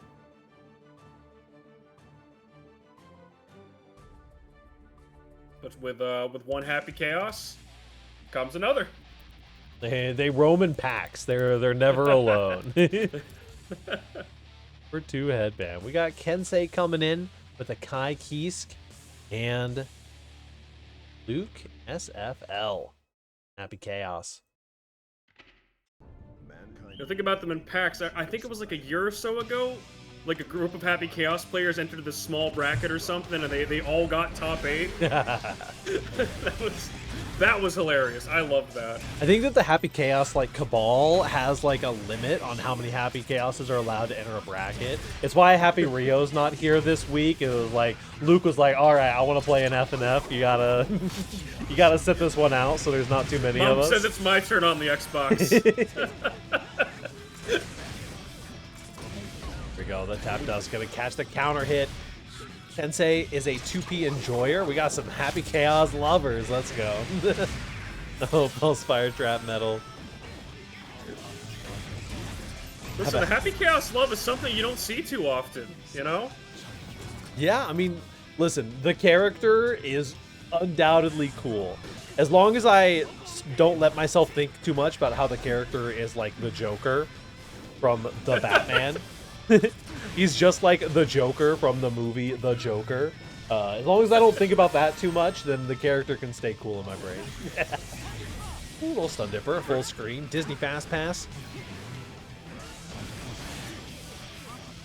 Getting caught out on the roll. Gonna burst there. Awesome design. Applied, unfortunate. Okay, I like the Sacred Edge. The Fuja art catches a counter hit. That's scary. Clone's out and you got no meter to red RC. Real scary situation. I think with the super here. Wall break or no. That one will close it out right there. Luke taking the first game there. Looking pretty dominant. You know? It's definitely a scary one. Kai's got some interesting tools to deal with the Happy Chaos, that's for sure. You know, Kai has been reported to be one of the few Happy Chaos calling Stun Dipper the Disney Fast Pass is crazy. I got it from my beginner bracket homies. Listen, when a Kai in a beginner bracket does like Stun Dipper PRC, it's the Disney Fast Pass. People say my neutral's sick.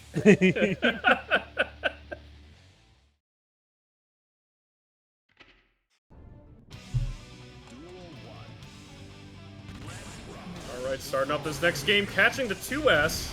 Gotta burst immediately, don't want to deal with that.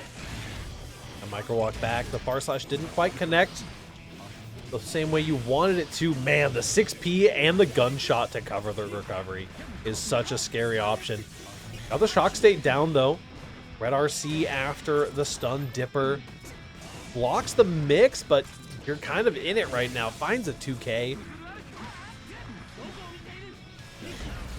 That's a big one. Oh, crouch and confirm. The JD connects as well, and the air ride the lightning. Kensei knows how to take a lead and turn it into a win. Listen, Kensei definitely activated this that round. Let's see if they can keep it going. A hard time with this golden gun in your face. Alright, gun pull. Finds the low. The Luke Classic is just hitting that 2K into gunshot over and over. Gotta protect those toes. Alright, in a really bad spot here. Still got a bar a meter on Luke. Just gonna mash it out.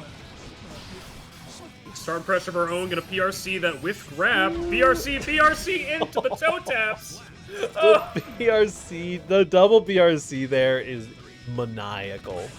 And you can feel the frustration when those multiple 2Ps are coming out. Kensei is a 2P enjoyer, but is such a controlled masher. Having the full mash of like having multiple 2Ps come out, you can really feel that frustration of the Happy Chaos matchup starting to come in. Yeah, no, definitely. Ooh, good grab right there. Gonna set up pressure with the heavy fireball. Fujiroking over, getting the mix in a can. Here we go. Getting that 5D, Danielle Maza. Wild Assault. The wall break is enough. Nicely done. Very clean. Very clean.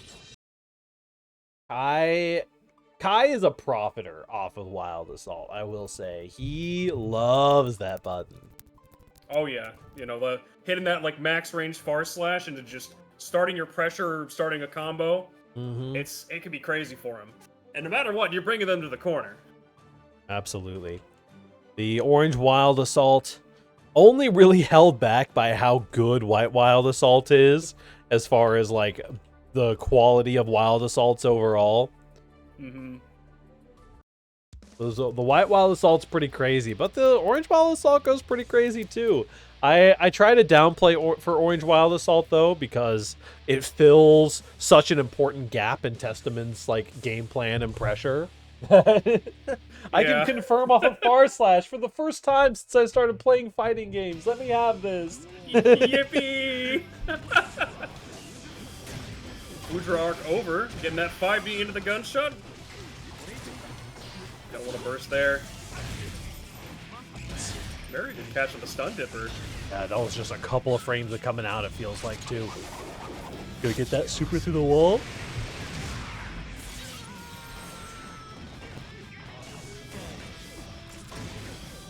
This pressure going, gonna mash out of it there. Stun Dipper in, got a red RC, get the plus frames there, but unfortunately not gonna be able to use them.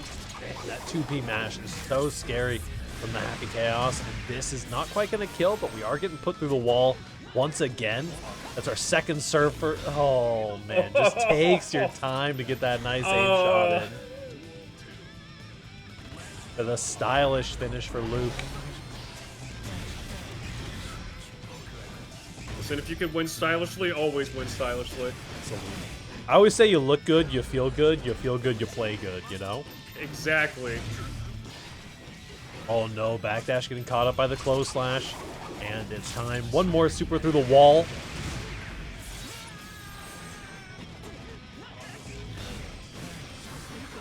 Oh, Blocking the burst. burst bait. That's as just well. unfortunate. That's the second nasty burst bait coming from a Happy Chaos we've seen in the last couple of games. Really, really good stuff from Luke, taking a decisive game 2 once again. Listen, my mental, it crumples the moment I get my my burst blocked. Like it's so hard for me to recover mentally when that happens. I'm just like, oh, Yeah. damn it. It's so over. It's so over. They got me. They're in my walls. I hear them. And we'll get into game 4. Hopefully Kensei recovers the mental a little bit. This Happy Chaos matchup, especially against Luke, you have to play absolutely perfectly on point here. So run up 2K, getting that hard knockdown. Jump over. Good callouts by Luke. Trying to find an option with the staggered run up. The PRC blocks the... That's incredible. Clone PRC blocking out there. Another one. Luke doesn't even care about giving you the burst back. Finds it in the scramble too. No super through the wall, and actually missed the gunshot for the wall break as well. You're gonna burst. It's so heroic. With the curse on as well, though, it is not going to be enough. Just not heroic enough. It's true. Oh, gunshot. Just barely before the Fuja arc can connect once again. These gunshots are just perfectly stuffing out Kensei on all these approach options. Gonna bring him over to the corner, use the super going through the wall once again. Rough spot to be in, but Kensei does have full burst gauge. Again, there it is. The Luke, the clone PRC, and you get to just stand there afterwards. It's like, hey, go ahead, swing into the clone. I dare you. No focus, though. Focus, no focus. This is your time to take it back. Oh, the stun jump for second hit doesn't connect. Impressive stuff, but the burst is back. This is exactly what you got to worry about. You finally get in, and the Happy Chaos just has all the tools at their disposal. The stagger pressure gets called out with a back throw. That's 2K2D, gonna catch them out. Very, very good stuff. 3-1 for Lukesfl. That, ladies and gentlemen, is going to be the top half of our top 8 filled out. We got a couple players who are still cooking it up down in the bottom bracket. But for right now, we've got Razzo, Lasagna Slayer, Lukesfl, and Hazen for our top 8. The Happy Chaos mirror is coming. Oh boy. Everyone's favorite. So we will take a real quick, just 10-15 minute break, get some water, get some hydration for our commentators, and we will be back with some top 8 action for you all. We will catch you all here in just a couple minutes. Don't touch that dial.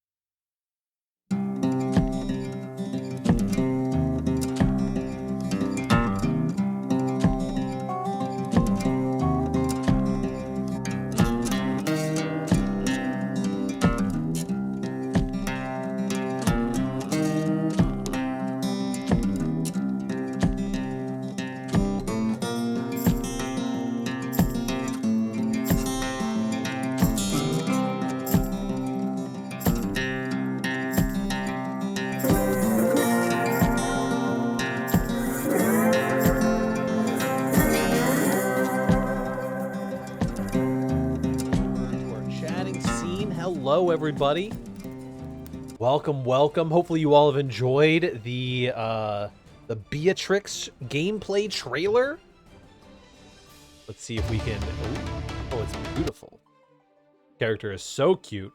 Looking forward to some Grand Blue this next week. We've got some great games. It's time for top 8. Are you excited, Goblin? Oh, definitely. You know, seeing we have the Happy Chaos Mirror after this, and before that we got Razzo versus Lasagna Slayer. I'm a big fan of ABBA. I am a huge ABBA enjoyer. So getting to see Razzo play this character, one of my favorite players, playing my new current favorite character, it's a fun time. You know, I'll be here to counteract you. I'll be the hater energy in the room. This character is crazy. This character is real good.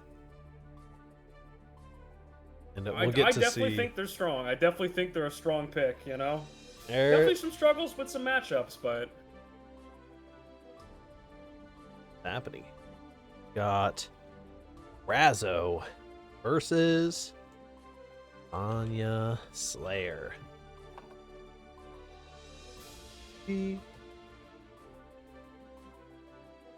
All are good to start whenever you are ready, as we get into winners semifinals.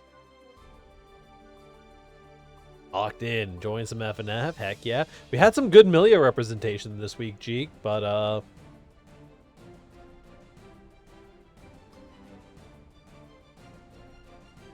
who is Razzo repping? FlyQuest, that's right. Yeah. Fly. Yes, y'all are totally good. Art. Get and find your opponent. Sure, I can type it out if I can remember what my communication button is. There we go. All good to start. Smiley face. Beautiful. I'll go ahead and make sure our players are checked in and everything is well. FlyQuest Razzo reppin' level 1000 on the ABBA. We got Lasagna Slayer on the other side. It is a battle of the quote-unquote slow characters. Very, very quote-unquote. It's going to be an exciting matchup to start off top 8 here. Absolutely. Lasagna Slayer definitely catch us a little bit. Hello, Milky Way. Thank you for the raid. Big raid at 18.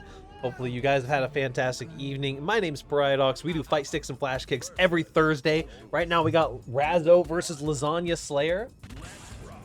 Thank you so much.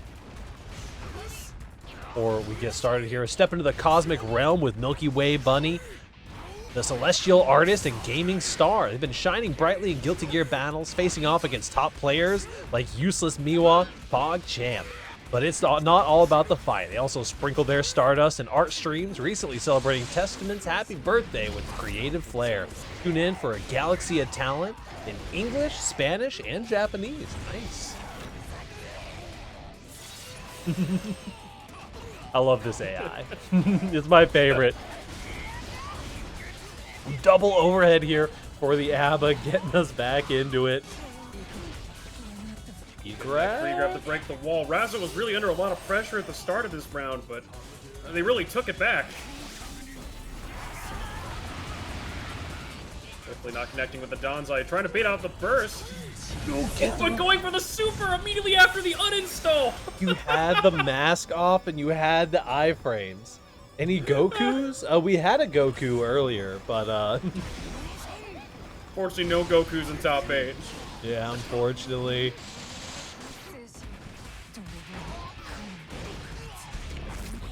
Going to the install. Full. Yeah, JD not catching on the 5 key though. JH coming in, gonna get a full conversion, but missing the key grab. There we go, laser beam, but unfortunately you just immediately have to block, but you do get a pickup off the laser. Breaker in 7 days, yeah. Go, drone is in. Jump ins as well. Trying to see the drone catches. Gonna give you the Oki. This could be exactly the situation that you want to win the match here. PRC, but the 4-framer comes out.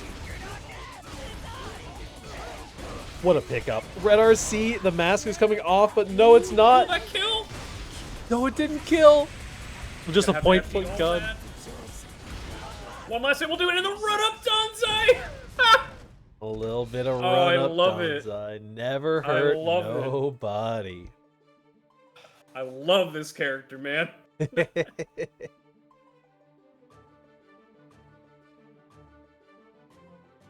Yeah, Combo Breaker isn't in like 7 days. That's next weekend, I think. Is it? I'm very excited. I'm leaving tomorrow on a work trip, and then after the work trip, I'm going straight to Combo Breaker. So after a week of work conference, I've got a week of Combo Breaker.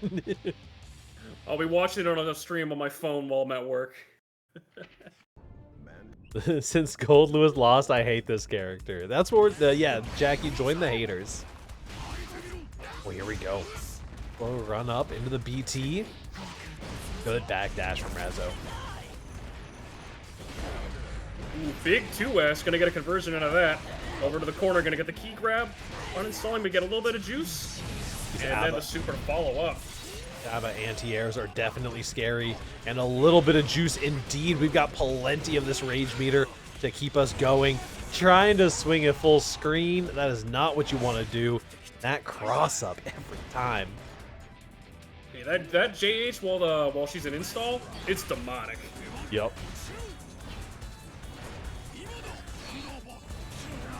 Sliding under the drone. That overhead coming in. ERC for the more instant overhead, anti-fuzzy, and it's just the classic command overhead that connects. And also, just gotta say, after all of that, you still have 3/4 of your little rage meter there. What is happening? We're dying. Block on the burst. Oh, that 2S hitting all the way from downtown. And the ABBA anti-airs doing such fantastic work for Razzo. We've seen in their earlier games against Max and everyone else, Lasagna Slayer is a big fan of these air dash ins. The JDs and the aerial BTs are definitely a core part of their game plan, and these ABBA anti-airs are just absolutely shutting that down. Oh yeah, 100%. You know, because when ABBA gets into that install, that 2S, even when out of install, the 2S is such an amazing anti-air. It's right above them. Huge hitbox, no hurtbox. Oh, it's insane. Oh. Waiter, I would like some plus frames, please, but nice cancel after the clash. Oh no, not like this. I'm going to 5H, and if you run into it, it's your fault. What do you do? That's a breakfast burrito pressure right there. The double Danzai going to use a lot of your gauge. Actually still manages to get an uninstall there. But back into the corner we go. Tap Dust is not going to connect in the 4-framer. Again, a burst bait afterwards, but no punish. Love all of these Karas that are coming in from Razzo. Just expanding, getting as much of that distance as she can. And not quite dying here, but with no resources and no hard knockdown, there is a chance for Lasagna Slayer. Gotta block it. And your plus. The overhead, you got the overhead blocked. This is your chance. You do get a chance to attack at least on the uninstall.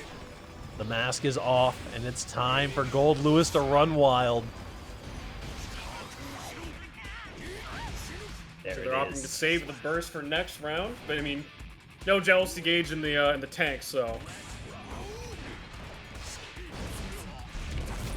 Got wrecked a bit early. Landed the overhead, decided to burst that run up Danzai. Catching on the ground though, so no follow-up. Oh, big hit here. Having to burst out as the ABBA, as your mask comes off, is definitely a scary situation to be in. See how much meter all of these advancing normals are getting you here. Lots of confirms available. PRC to keep the air combo going. Mask off once we hit the ground. Trying to get some of the car pressure, and that is it. Razzo Takes another one, puts us on match point.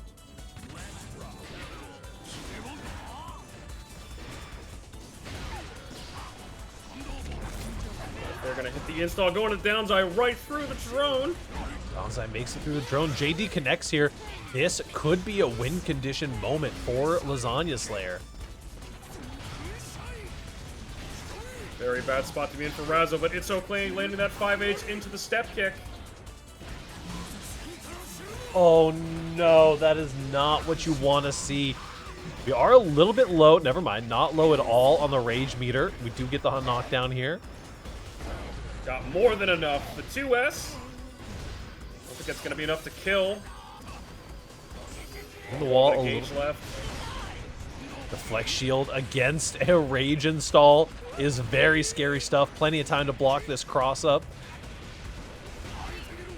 Cars are coming in. The BTs, this is your last opportunity. The next interaction is going to decide the game one way or the other, and Razzo takes it from 0. I am telling you, that ABBA 2S, in and out of install. Oh my god. Yeah, Just even the out of anti-air install is a properties are very insane. scary button. Yeah, you know, just that anti-air, it's probably one of the best I've seen in a long time. Absolutely. Next up, we have a little bit of Happy Chaos Mirror. One way or the other, we'll get to see how the ABBA puts up against the Happy Chaos. We've got Luke versus Hazen coming up. CPU, who has made it into the top 8, is going to be facing off against All Christie. Up next. So one more losers match that is needing to wrap up, I believe. I want to say between Jabos and Kensei. Wrapping up their bracket run. But good on Razzo, getting that 3-0 in there. Definitely, you know, managing to not crack under all that Gold Lewis pressure.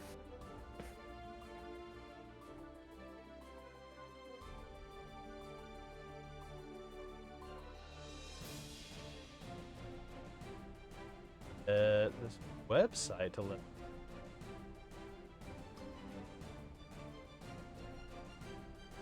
Get some Happy Chaos versus Happy Chaos, potentially. I mean, like I said, Luke is a Happy Chaos mirror hater, if I remember correctly. Oh, Hazen was already here. Would you look at that? Well, looks like he's playing into the mirror, not switching to Kai.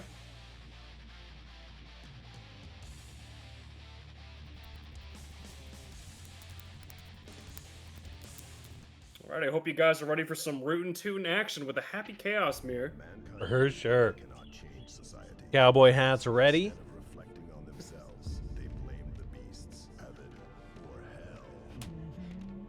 Oh, I always forget that they high five.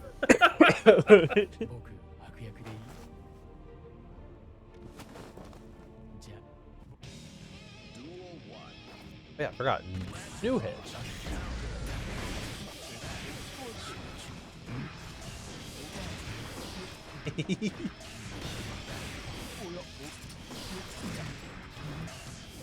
Luke taking back the offense. Keeping that pressure going, getting that curse up. 6P whiffing.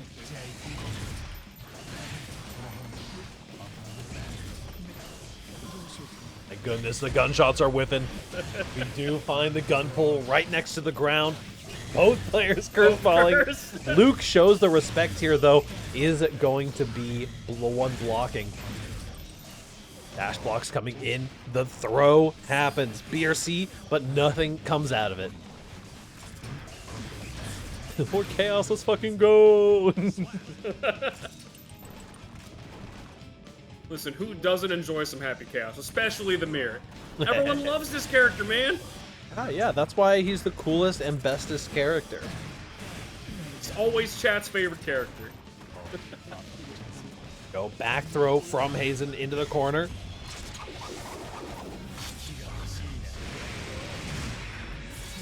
Good bit of damage coming out with the hard knockdown. Pause bonus. Trying to find an option. The micro dash is coming in.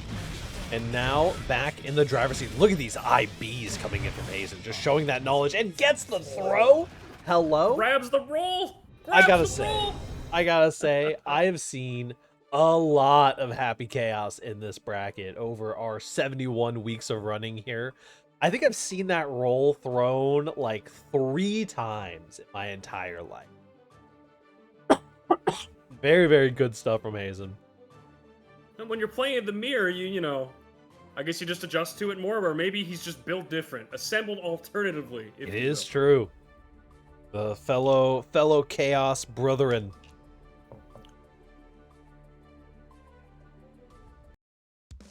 All right, staying on the Chaos still, so we're continuing with the mirror.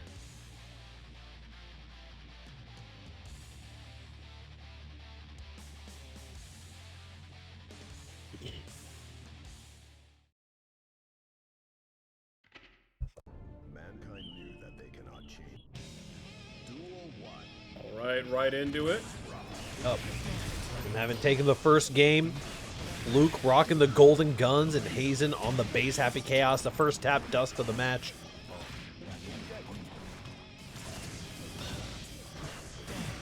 The 6B and the gunshot letting Hazen go back on the offensive. Stuff.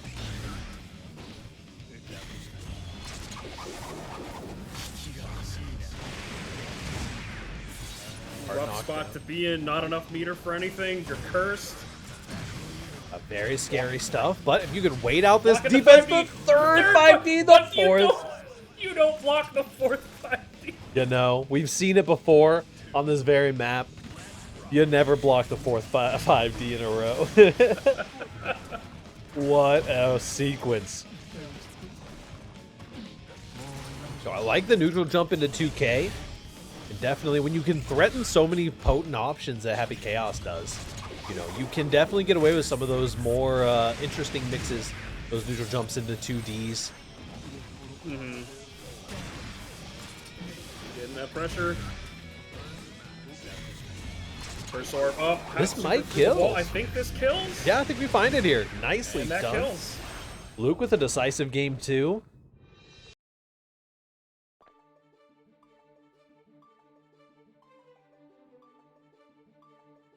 Both these players looking pretty confident in this mirror, I gotta tell you, you know? Absolutely. They're looking solid. Happy Chaos versus Happy Chaos is always one of those interesting matchups where, you know, the character really seems to keep himself honest, you know? Mm-hmm. There we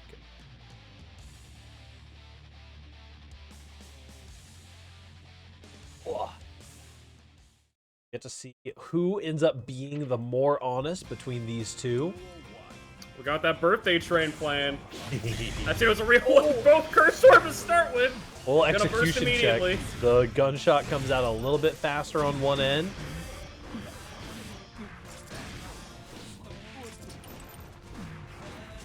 We're stuck in the corner. Focus super up, but a backdash nicely done.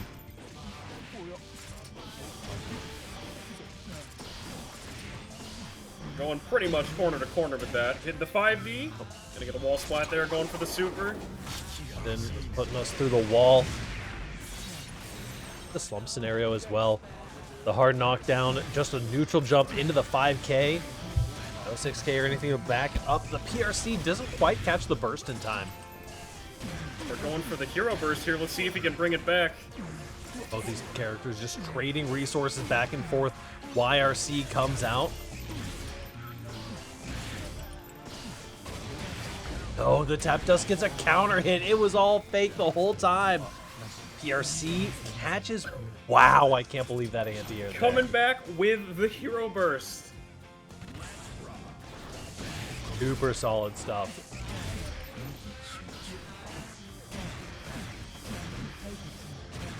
Whipping the 5D. Hello, Ozai Gaming. Yes, everything is going well. Hi, Dad.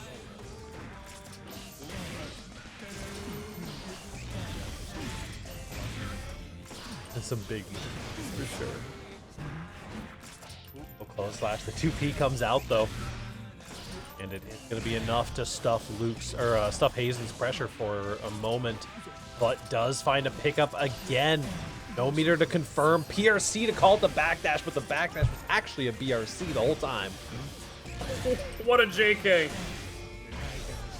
Hard knockdown from catch the up Wild there. Assault. Hazen does have burst, but Luke could potentially close it out before it comes back.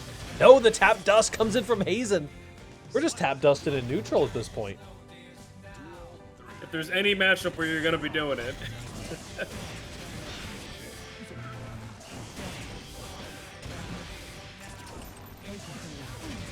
Again. Another tap dust. Kicking him over to the corner. Managing to get out. Oh, man. What a counter hit. TD. This is a scary situation. The burst comes out. There is a mountain of HP to climb. Even though it's Happy Chaos, you're not the highest damage character in the game anymore. You have to win a couple interactions to make something happen here.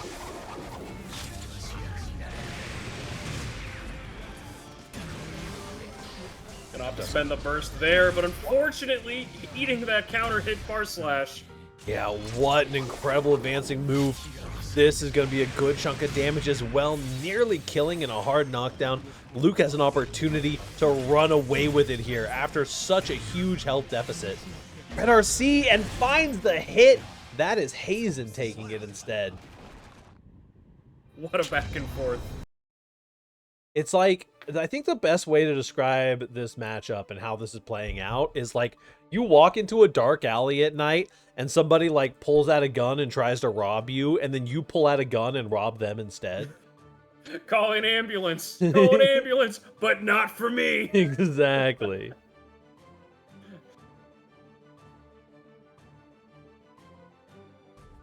Very, very good stuff, though, from all of these players. Both of these Happy Chaoses are going to be absolute forces to reckon with for whoever runs into them, whether it's in the top part of bracket or the bottom side. I was thinking what I was thinking. Yep. And what a 2S after backdashing that gunshot. No, you're good. It's Coblin. It's Coblin. Good throw. Hazen is starting to pick up a lot of momentum on Luke here. It's a scary situation. Counter hit 2D. Gonna get a lot of bolts back in the chamber. Opting for the slump. Blocking all that. Absolutely. Managing to get out. Into the double curse. I feel like it's always the one on the left side of the screen who respects the double curse and blocks afterwards. Maybe it's just a secret oath for Happy Chaos players. Maybe. Nicely done. There's just something they're not telling us. Very true. Hazen now potentially on match point.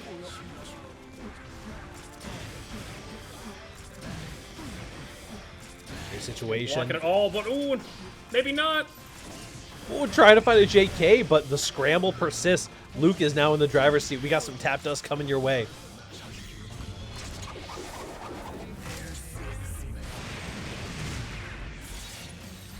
Breaking the glass, getting that pause bonus. What's the plan? Run up, throw, the classic. Oh, backdashes this time. Try to get an air throw. What a hard call out. Must have been a tap dust or a jump dust coming in there. The gunshot whiffs. The gunshot whiffs again. Nothing in the chamber for Hazen. Has to use the counter hit for a reload. This is scary.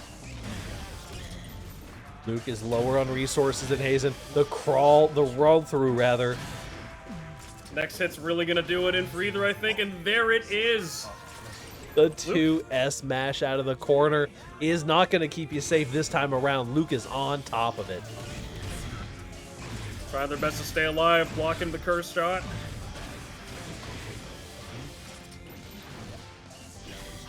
Stuff, Luke. Looking to make the comeback happen here. Wow, I can't believe that caught. That looks so active. Sometimes you just gotta go for it. I mean, listen, if you got... The gun is a melee weapon as much as it is a ranged one. Go for the PRC after the clone. Completely out of focus here. Gets YRC'd out. Wires. Yellow's getting blocked. No. Curse applied. Hard knockdown.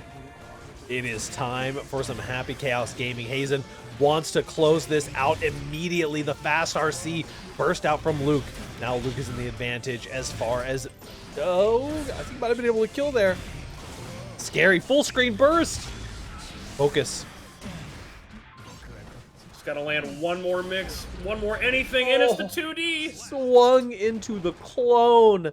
Tried to get the cancel into gunshot, but just wasn't quite quick enough. That 2D was already on its way, busting those kneecaps. Definitely, Hazen coming out dominant in this mirror match here. You know, Luke still played a lot of good rounds there, but Hazen just taking it out 3-1. You versus All Christie coming up next. Then Jabos earning their spot in the top 8 here versus Turtl and Beyond.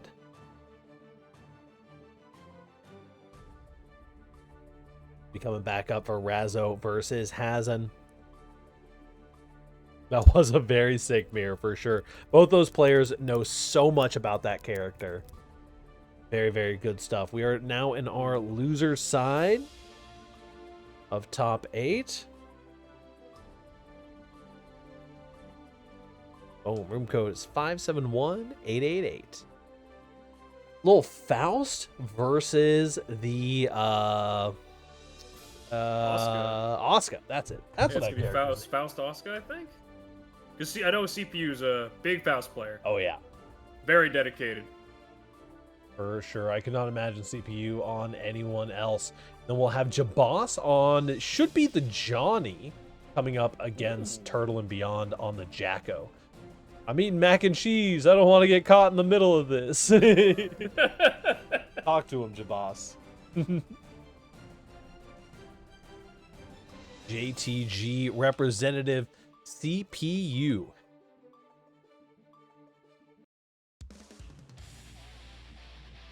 Is All Christie. Glad to hear that Jackie Nuts was able to confirm or able to convince All Christie to show up this week. You know, they've had quite a run so far playing that mirror earlier and, you know, making it all the way to top 8 here. Oh, slouch of a top 8 as well. We'll see how CPU... I think this is a matchup that I just have not seen. I imagine... I mean, listen, CPU is a dive kick enjoyer. That J2K comes out plentifully when CPU is the one piloting.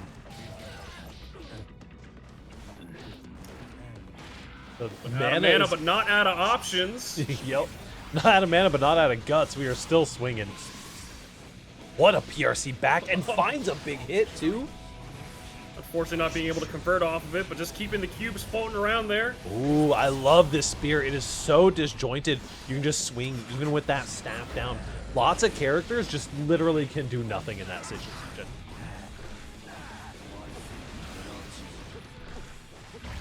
Keeping that pressure going, using the Wild Assault, but the 6P catching them out. Ooh, try to find a Super 2K. jump there. Oh, got hit by the bomb bat. Unlucky. Tried to get a swing through as well. Tried to maybe catch a greedy button in the run-up throw. The bomb actually does not confirm the combo there. The J2K just swings straight through on some of those cubes. Hopefully we jumped high enough. Ooh. Would have been scary, but spearing through the cubes there. Run-up grab mode. The backdash was the right call, but the run-up grab was just more determined. All Christie taking first blood here. Ooh. I like this. CPU, always a very intellectual player, a very cerebral player. Look at these counterplay options. Even with the triple cube, uses the 5K and immediately jumps into the J2K so that you dodge the lower cube. Got a bomb set up there. Oh, yeah, bomb. Unfortunately, getting hit by their own bomb. A setup, but not for me. Oh, once again, trying to confirm the scalpel goes through and you got no burst to save you this time. Ooh, are we going to be able to kill off of this PRC? Nice. Looks like it. The birthday buff is real. That is true. I'm pretty sure I graduated my beginner bracket on my birthday month. 5K is trying to get the scalpel in there as well. Nice. Calls out the fake. 2 bombs on the field. What's the plan there? Gonna pass them over? Just keeping this item pressure just going and going. We got a meteor coming out there. Oh no. You doesn't even bother to run up and do any mix off the meteor. It's just like, you know what? This meteor is just going to mean I can throw 3 more items. I'm happy. Oh, Mini Faust is in. Won't flip on one of those bananas, though. Nalasico will, though. Shield. The deflect shield into the banana peel. Incredible stuff from CPU. Getting a good confirm as well. The burst comes back just in time. Far Slash, I think, gets hit up by this. Another Screamer, a hand refresh, but no mana available as CPU takes game 1, showing a masterful knowledge of that matchup. That is incredible stuff. Yeah, I don't know if that was, you know, pure luck or just reaction, but that deflect shield into the banana peel, that was just genius. The flex shield into the banana peel, the Mini Faust being right behind it, ready to catch with loving arms. Really, really good stuff coming in from CPU. Also, just the 5Ks into the J2Ks to stop this fireball pressure, and all of the scalpels. If you're not perfectly at maximum range, then you're getting counter hit on these fireballs, and it's such a scary situation. We got 3 Screamers and an overhead in the deck, just trying to get in close. Actually, Faust just became the zoner here. You have no long-range spells as Asuka, but you do not want to get rid of this hand. It's such a good hand. But now there's no mana to play with. This is in a really bad spot right here with the random items coming out. Mini Faust. Mini Faust is going to get a combo. Oh no, I didn't change my scene. I'm the worst. That was an incredible round, and you all missed it. He'll just have to believe us. Listen, I haven't forgotten to change my scene in like probably 50 FNFs, okay? I'm sick. Cut me some slack.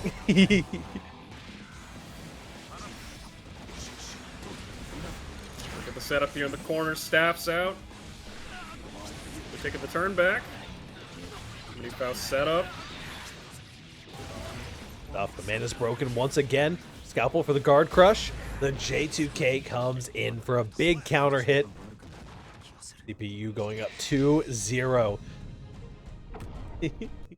I think that it seems like CPU's kind of got All Christie's number on this one. They've definitely made some good adaptations. I don't know if CPU is like really well versed in this matchup, but they seem to be just have the answer to everything every single time.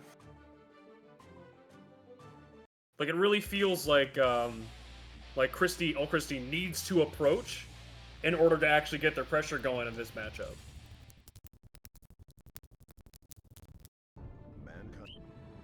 Duel 1. Let's rock.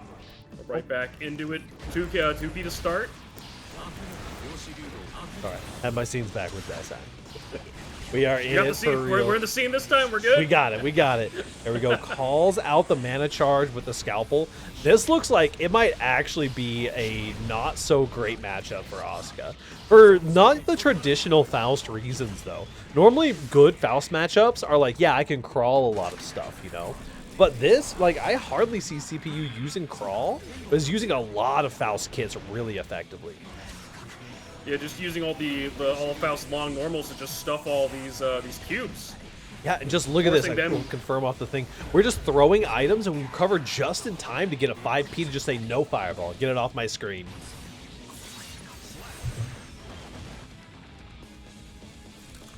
Well, CPU looking pretty dominant now, going into what could be the final match or the final round for this set.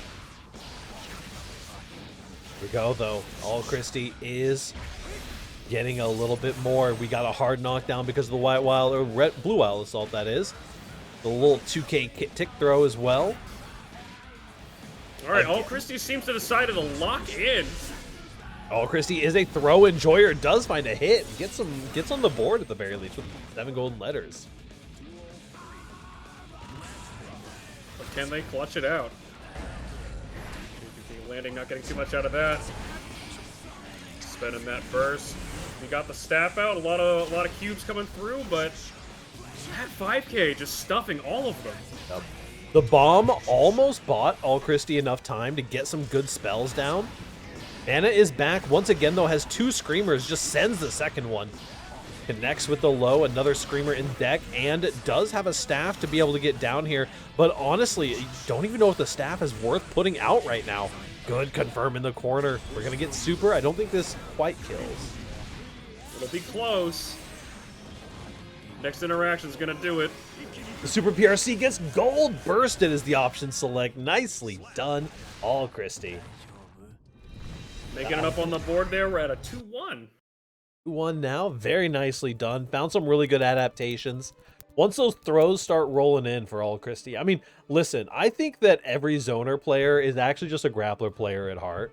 Like, you want to zone, but you also just want to throw loop people, you know? You just want to get in there and scrap. As your local Rushdown Testament player, strike throw is where zoners thrive. But it definitely feels like in this specific matchup, they really have to just get in there. Yeah, for sure. I mean, you're in a situation where you lose to Faust at full screen.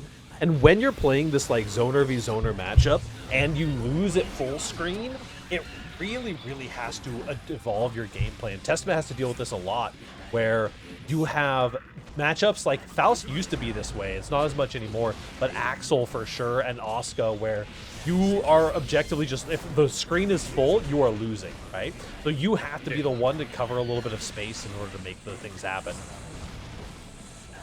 You gotta make things happen. We have all these items coming out, just doing monstrous pressure. Yeah, and the pressure that CPU is able to put out at full screen and these guard crushes from the full screen scalpels is enough to just make the mana such a hard thing to keep track of here. Teleport in, trying to get the low.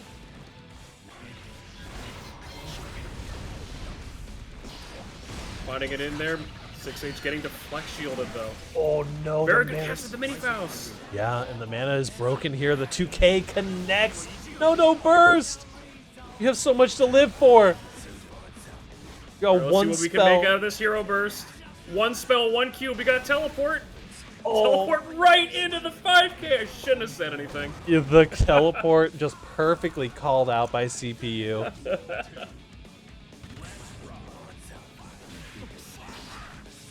No, has some fireballs at least, but as we've seen, these fireballs are just completely useless. Throws the whole hand away.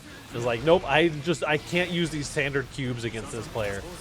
We gotta find something else, maybe trying to get into a more opportune test case. No, we do have, oh, I thought we had the wall there. Trying to get something out, but just running up, blocking that YRC. You didn't get a punish on the YRC? That's so tragic. And your mana is broken immediately. Faust now has the Afro for some more guard crush action. Oh, you got hit. Lands did so much damage without the mana. This might kill. Oh, no, I got mana back. I got a horn there. Boys are here, but it's not quite enough. That is such oppressive pressure from CP. 3-1. But an amazing run for All Christie. CPU is going to be taking that one and earning a spot to fight off against Lukesfl. Next up, we've got Jabos versus Turtl and Beyond. I'll go ahead and reset this match. Pretty sure y'all meant to check in. Base. One can only hope.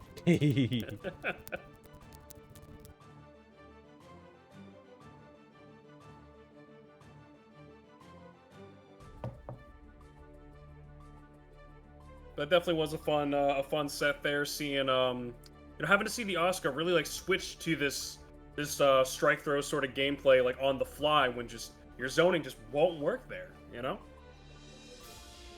Or at least not in the way you'd intend it to. Yeah.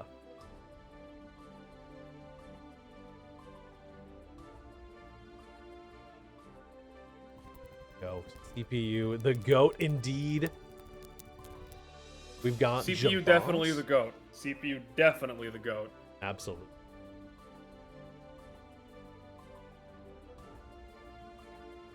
User side, we have Turtl and Beyond, who's been playing really well, just checking out their run. as they've been making it through. And Jabos,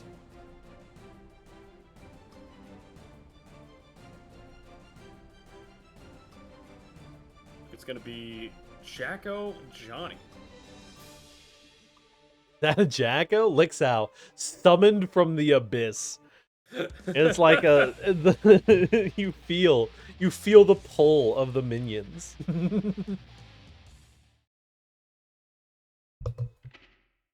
Good stuff. Okay, 2D. I do not know much about this matchup. Johnny doesn't have the best defensive options in the world. Although I will say that probably Lukesfl might be able to elaborate on this a little bit. The way that Mistfinder interacts with minions is probably going to be a big part of how this matchup plays out in the neutral. Right now, though, that's just a Jacko round. Right now, I don't think we're going to see that this round, but it turns out you have to hit a button in order to interact with the minions. So, well, the far slash gets low profile by the 2K. Okay, that's definitely a good start for the Jacko. Point in Jacko's corner for the matchup research. She can shield the Mistfinder. Interesting. And also, I mean, so much of Johnny's game plan nowadays is centered around the Lolasia. Thank you so much for the sub as well. Another gifted sub. So far, 12 gifted. That's crazy. Oh. Going for the high score. Here we go. All right, we're finally on the offensive. You get a safe situation. This situation right there. The vault deal is so integral to the Johnny game plan. You see MJ Karase really relying on it. It's essentially like a full screen Foudre arc that when you have meter is also safe and a high-low mix. So it is just such a scary option, but I'm willing to bet that Jacko threatening a minion in that kind of mid-screen range can probably stuff that pretty effectively. Because in a lot of situations, you know, you're not actually getting hit by the Johnny, right?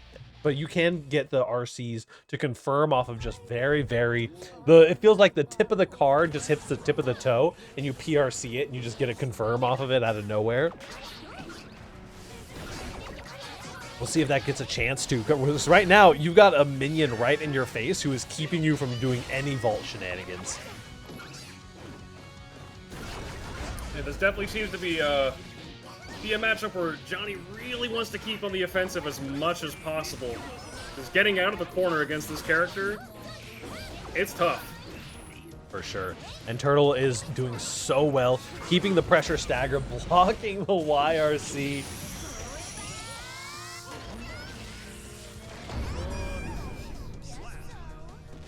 If you get Jacko in a corner and hit her there, you need to kind of drop the combo a bit early and leave her there so you can't let her play. I think that's totally fair, honestly.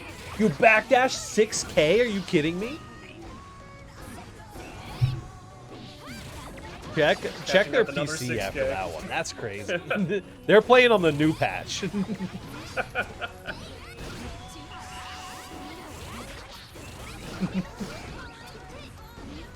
Check NPC, it not regular. Backer spotted though. This is scary. Tap dust has to be here.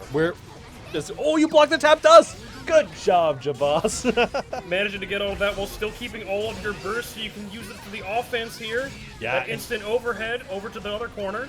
And the recent change where you get more meter for more risk is paying dividends right now. No RC, we've got more mix to run. DK Mistfinder into the red RC and Jabos, incredible defense there. Just lulling Turtl and Beyond in like a false sense of security, running that same pressure over and over again. Blocks the tap dust, immediately punishes. Unfortunately, back in the corner, gonna have to burn the burst to get out of there. And now we're on the other side.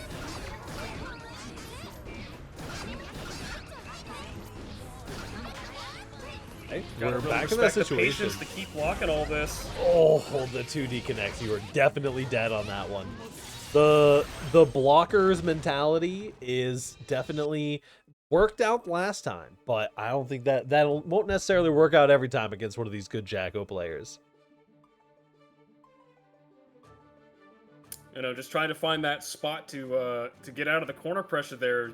I imagine it's just incredibly difficult on the Johnny just because your defensive options aren't really all too there. So it's going to be a really tough spot to work out of. Absolutely.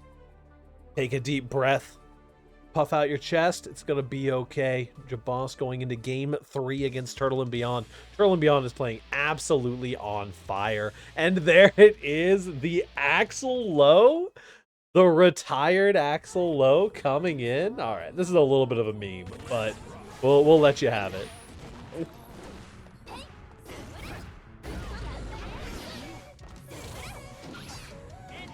On the way out, All right, gold burst. You're gonna burst, it might as well be golden. Get good positive meter. The deflect shields are coming out. I don't know if this Axel is any more likely to survive than the Johnny. That did no damage. Yeah, it scales pretty hard now from what I've seen. It's always like a 50-50. There's certain parts that certain times it'll do 0 damage, other times it'll do 1 billion damage, like right now. Hitting that thing completely raw. Is a hit grab instead of a command grab now, so it has some new, kind of more interesting interactions as well. Pretty negative, but nice 2P calling that out. Oh no, didn't quite have the right call out. Lots of preemptive buttons trying to get the approaches beaten out. The Rensen's going to be getting hit by the minion. Good 6P. Oh. Fortunately, not enough getting caught up with that 2D over into the corner again. Yeah, it's basically whenever that super comes out, it's just a count the claps situation. The boss, oh, nice backdash on the command grab, a double jump, and a big counter hit. Finds the run up close slash. Jabos is on the board with the Axel. Depending on claps. Yeah, you got to count the claps.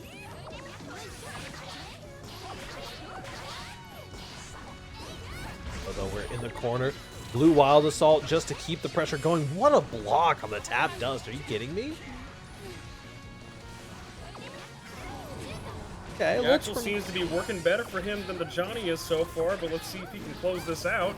Yeah, the Axel at least has the ability to interact a little bit when we're in these more full screen situations. 2H, now we're in the Rensen situation. Turtl and Beyond not going to be dropping one of these blocks on these cherry bombs, but that is going to be a big hit. Do we find enough damage? You find the wall splat and a kill. Jabos is on the board. Locked into Axel for the rest of the run, but we'll see if it works out here. Yeah, no, definitely. It seems swapping was the right move, just because, you know, like you've said before, Johnny's defense isn't too great, and just getting into those corner situations, they would just crumple. Axel, though, you know, having that amazing 2K lets him get out of some of that pressure. Mm-hmm. Absolutely. Some good mashing options and some good long-range fast buttons to kind of keep the Jacko and stuff that approach. Keep them out just long enough.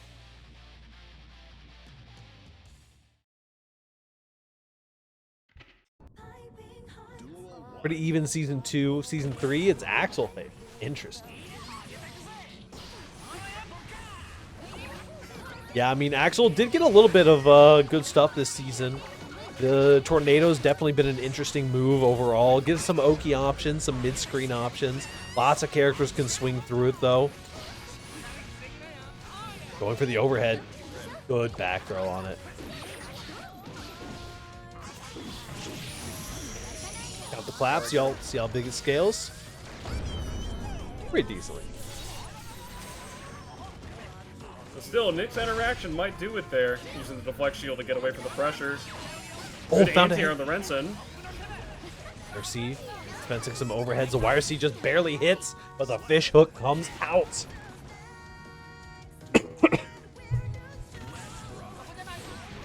Can't believe Arxis gave him a real TP.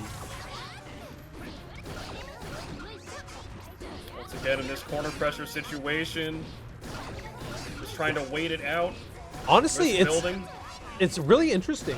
Turtl and Beyond doesn't usually rely very heavily on this like super oppressive Jacko like pressure in the corner. Like they must be locked in. There must be some kind of call out that Jabos is not doing that they've locked in on. Are you dead? You're alive. Oh my god! The damage. Like the IAD in soccer kick as well. Nice, perfect coming in. Yeah, maybe Lukesfl can shed some light on it during the set here. There's got to be some kind of call out that Jboss isn't doing because Turtl and Beyond so rarely runs minion pressure like that. Either that's something new that they've been working on and practicing up, but either way, it is definitely effective for this match.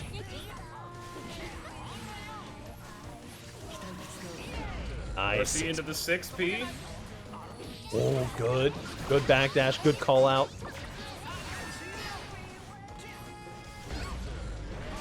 Big anti-air, that could be it there. That should be enough. Oh, yeah, we do find it was another Axel bomber. The boss is bringing us to a game 5 on the Axel low. That is quite nice. You know, something I've always appreciated about Axel as a character is, you know, coming originally from Street Fighter. When I think of zoners, think characters like Dalsim, kind of boring, at least to me. And it's just like, you mean, this game's zoner has a DP? He has an uppercut? Yep. What? That's awesome! The Pichu pressure is kind of standard Jacko pressure that RPS is. That makes sense. I think that seems like Turtl and Beyond is kind of locked in on the fact that the boss is just not RPSing on it, so they can just do that forever. Because it's just something that I do not see Turtl and Beyond really run very often. But speaking of RPSing, we are getting chipped out. The tension meter is running out, and that wrist gauge is getting cranked once again. Just the exact same sequence. You've got to find an option, but you can't mash, or you might just find yourself on the side of the road. There's the mortal counter. Gonna have to burst out of that. Another PRC still gets hit by the air. Yeah, absolutely. And they don't know the counter, just keep doing it. If it ain't broke, don't fix it. Absolutely.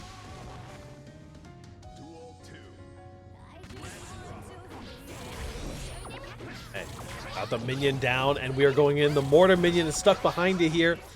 And hey, guess what time it is? You found a spot to mash? Hello.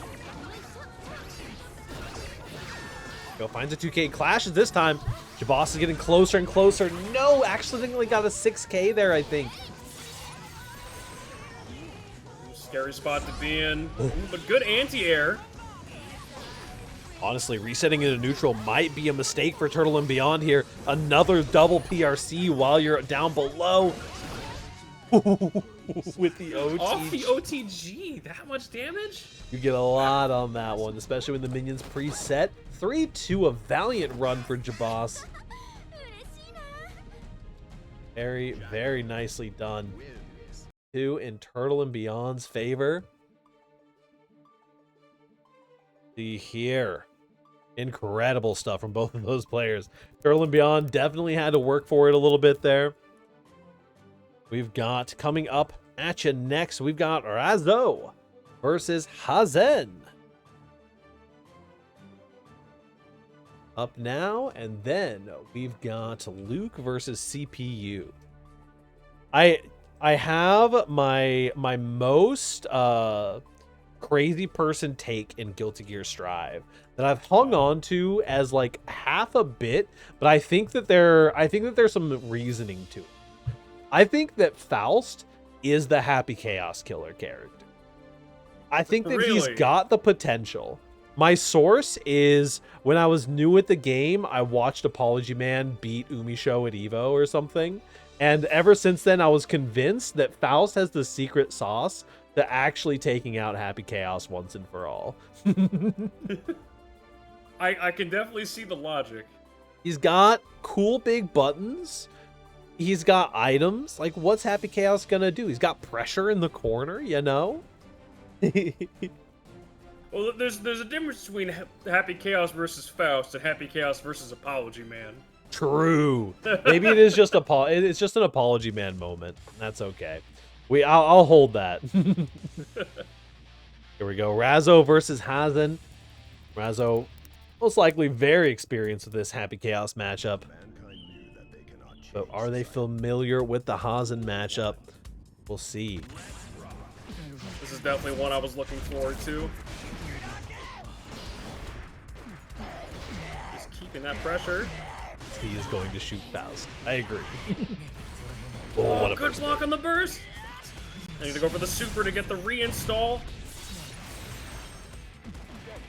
What do you do? What do you do? What's the plan? Speaking of happy chaos killers, got that IBFD to get ABBA out and you thought you could press afterwards? You're bad. Ooh, we keep mashing that 2K. Nice. Go, we got some gunshots. The zoning is here.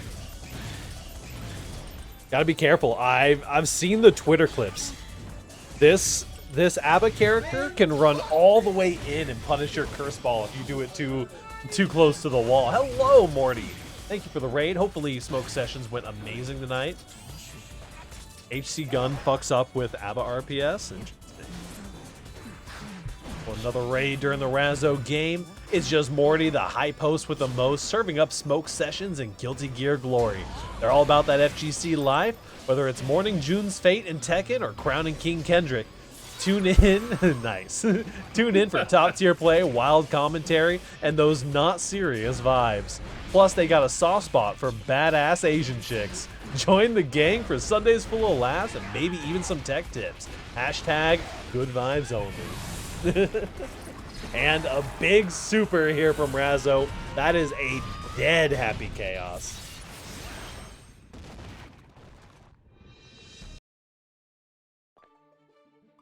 You're gonna make me stop rating you? No. I love these. Yours are the best.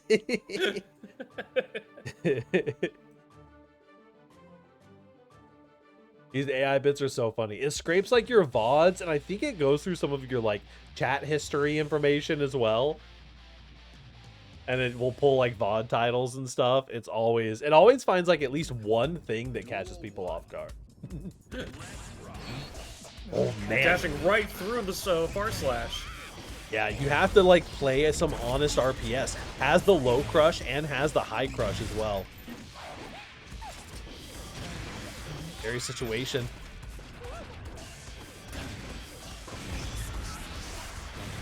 Hard spot to be in. But Unfortunately, hitting at the wrong spot at the wrong time. Falling through the wall. can't believe you have an AI creators. I love it. I was wondering what that was about. Oh, big low crush there. Let's be put on my commercial man voice as well. Tried to BRC down, but got hit by the anti-air. You're dead. You're for sure dead, right? You're alive. I don't think that'll be enough, but got a little bit of juice going into this. Next hit's definitely gonna do it. I like the PRC backdash there. Really good call, but just finds an air button that works. It just works. I think that's the biggest thing about ABBA. It's just like her buttons, they just work. Especially when you're playing at a high level like Razzo is here. Really honed in on the RPS situations. I mean, even out of install, I think this character's buttons are a lot better than people give them credit for. For sure. 5H like Cash's backdash round start, like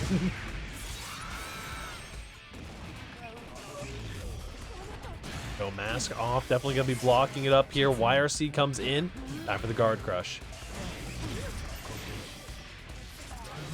The Happy Chaos Classic. The second you get onto offense, the YRC comes out. Don't have a chance. I'm building meter, you don't get to.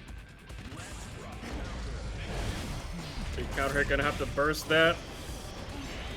Backdashing all those shots. Up. That's a double focus up. That's a lot of space that Razzo could potentially take, but with no jealousy meter. This is actually not the best opposition here.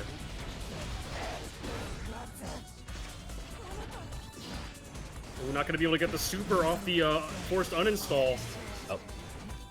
Oh, big backdash on the throw. What a side swap as well. Shoot over the shoulder. Now it's time to go through the wall. Hazen is looking to put up a hell of a fight.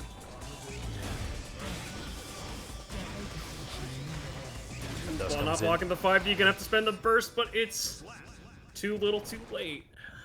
Fortunately, they were ready for that burst bait. Hazen, we have a game on our hands. That is for sure, as Hazen ties us up 1 each.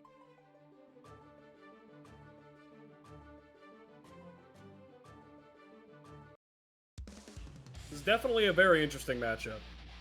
You know, I feel like a lot of people would have thought at the beginning that this was going to be super Happy Chaos sided. I don't know. I don't know. You know. I mean, the ABBA players have adapted to having overall pretty strong defense and ability to just like have that patience and play the RPS well, right? Because you have to when you're out of install.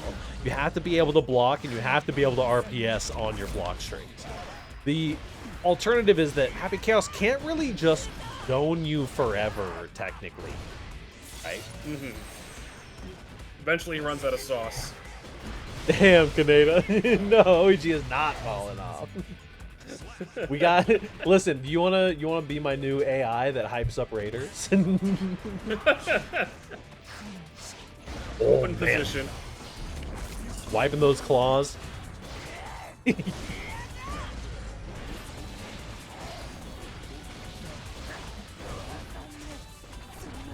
Stuff here. Actually gets a little bit of a pickup off the OTG as well. Another big counter hit, but not quite confirming. Do background checks on every raider for the best possible greetings. Hell yeah. Ooh, the 4-framer's coming out.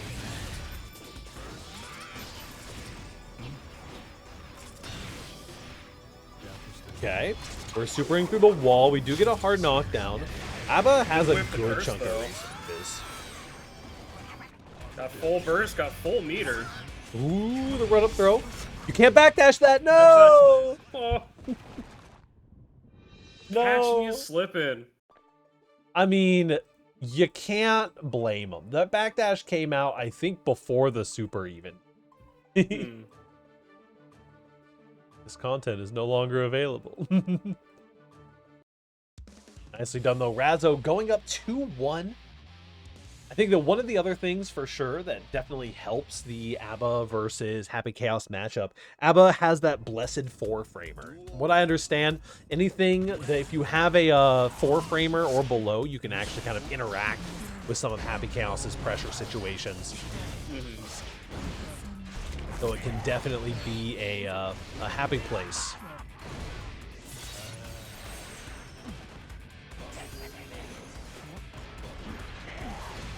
Oh, big hit into the... Okay, all right, we're just very dead. dominating round. Very dominating. Yep, you got one more chance as Hazen here had slowed the pace of the game down quite a bit, but when it is going by fast like that, Razzo is in just such a happy situation. Run up Donzai for the clone is such a good option as well to prevent the punish. You backdash! Stalling with very little jealousy, gonna see what they get out of it, but the close slash through the clone is gonna land. The Luke special, the clone PRC coming through. Catches the attempt on the mash. A 5-frame move like is typical. You can RPS with her if you block the 236K.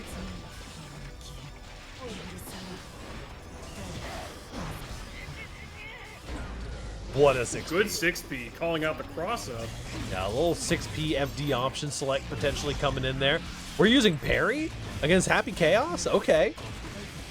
Listen, sometimes you gotta be brave. Hard knockdown. Burst is coming back momentarily. Try to swing through. I think. Wait. Okay. I thought Happy Chaos died. I saw the clone go down. Oh man, that scared me. I take 0 credit for the clone PRC. Listen, you're the person who introduced me to clone PRC. All right. In my brain, it's a Luke special.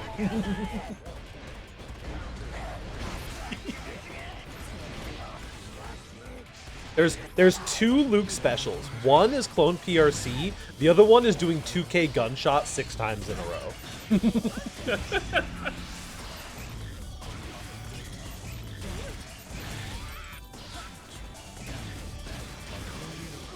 Oh, tap dust coming in. That was 5D shot 6 times. True.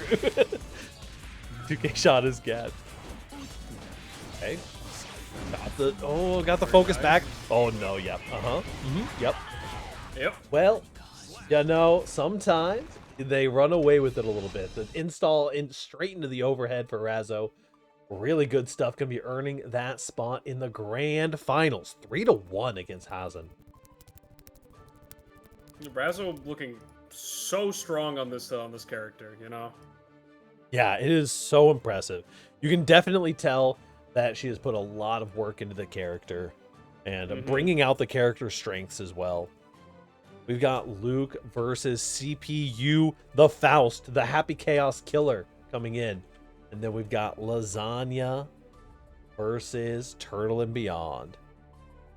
I feel like the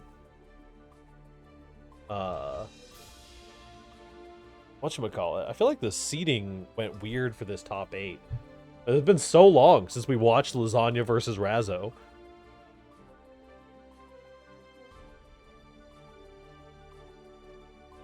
Go. Pole arms at the ready.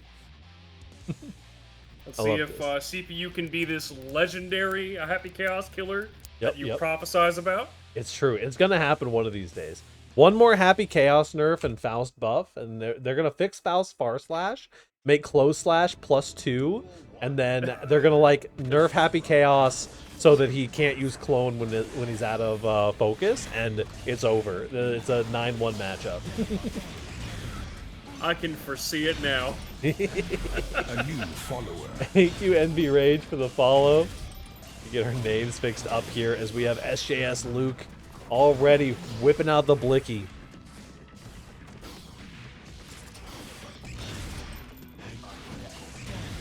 Carried over to the corner. Wire seeing out, just keeping their own pressure going. Good catch on the Scarecrow.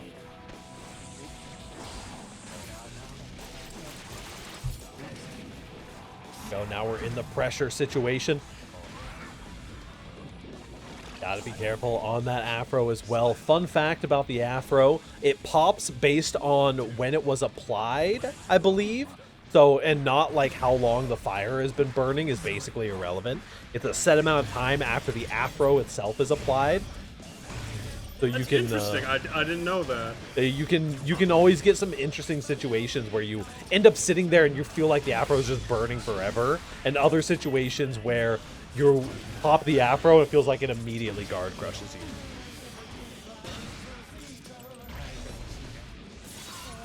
Wall assault through the wall. Ooh, what a BRC bag.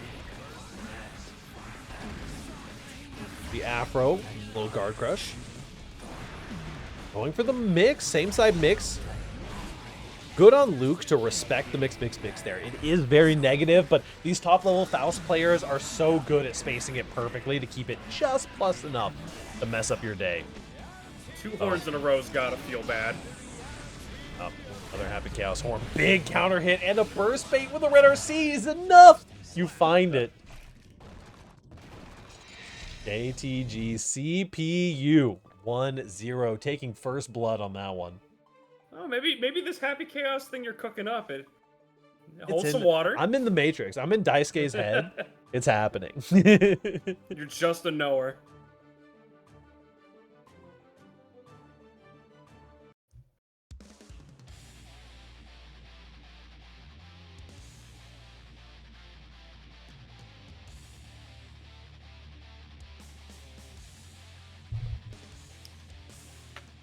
Alrighty, going right back into it. See if CPU can keep this going. Duel 1. Definitely want to keep as much momentum as possible. That 2P getting backdashed. It is the classic Faust round start for sure.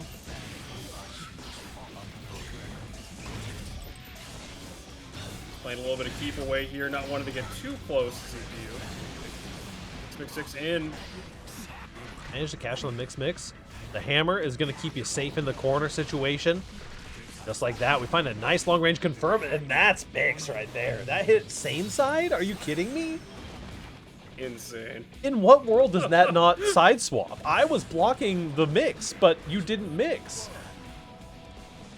That was the mix itself.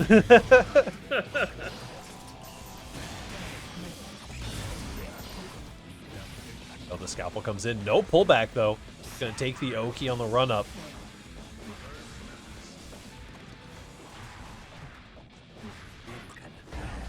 Big counter hit on the far slash.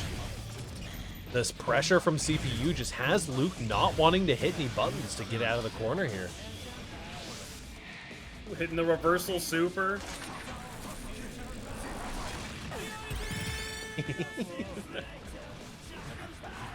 The meaty close slash situation. Good. These air buttons finally finding the 6-beat timing. Honestly, this Faust is playing a little bit like a Biken right now with just this jump in JS. It's just tricky to anti-air. We got a super. This is going to hit the wall, but is it enough to kill? Absolutely.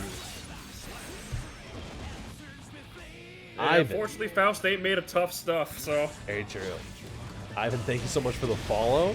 What a roll through. What a roll through. Careful with this. This banana is zoning Faust out of the rush down there we're trying to play.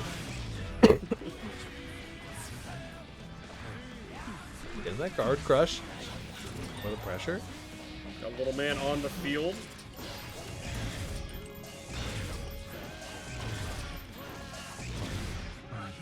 Pretty good so far. The blue wild assault. Toaster as well. Thank you for the follow, homie. YRC into the command grab. Just snag him out of that YRC animation. Now we have a little bit of a long animation for the Afro. Actually, the fire burned out on the first Afro. Didn't get to apply a second one. Oh, wow. These deflect shields, but they're just not working in the way that they want. Oh, nice little stray shot there. Mixed into the block string. Luke tying us up 1-1.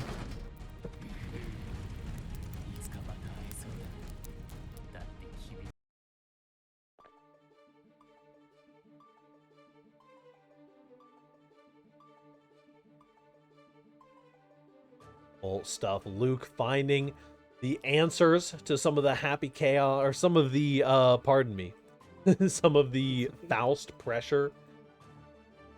Now it's on CPU to make the adaptations. If anyone can do it, I think CPU can.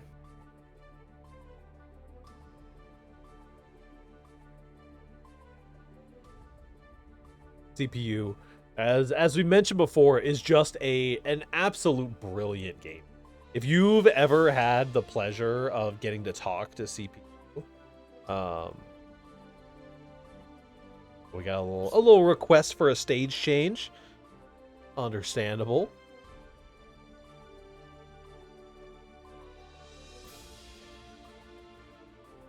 Gamer time. Yeah, if you ever had the pleasure of having a sit-down conversation with CPU, or we had a post-game interview for one of the FNFs that CPU had won last year, and they are just an absolute wealth of information and the exact kind of fighting game player that you want to go to talk about the fighting game. They know so much about their character and about super specific situations and are happy to talk about it. I definitely feel once you get up to this like level of playing a character like Faust, you have to be an encyclopedia, you know? Exactly. Yeah, it's just so much. It's so fun to see that like passion for the game. You know, it can end up in a lot of situations where people, mentioned resting on your laurels earlier in the bracket, and it's just kind of like, sometimes it's okay to get bored with the game and get bored with some of the situations or the season or whatever it is. But these players who really have the passion and they have the they can sit there and talk to you about the difference between Faust close slash if it was +0 rather than being -1, and they can just talk about that alone for 45 minutes, and it's like, yeah, this is a person who loves this game, but would also probably like to see some Faust buffs. Yeah. I can't think of a single Faust player who wouldn't love to see some Faust buffs. So CPU taking the first stock of the game.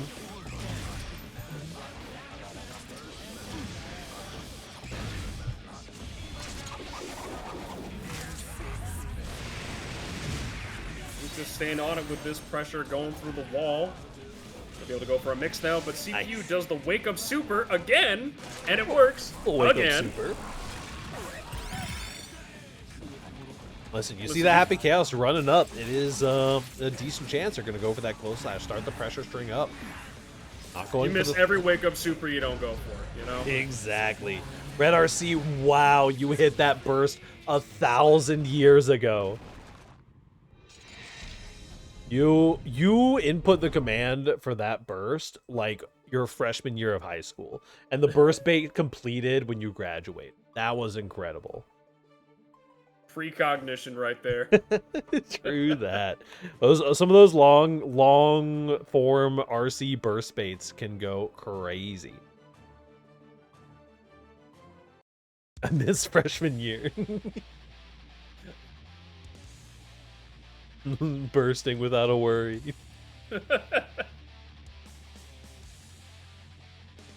Okay, I'm old enough to not miss my freshman year. I'm there. I'm with there. I'm with there too. God, I think. Oh, a while I think ago. I was a freshman in high school in 2010. Haha, yeah.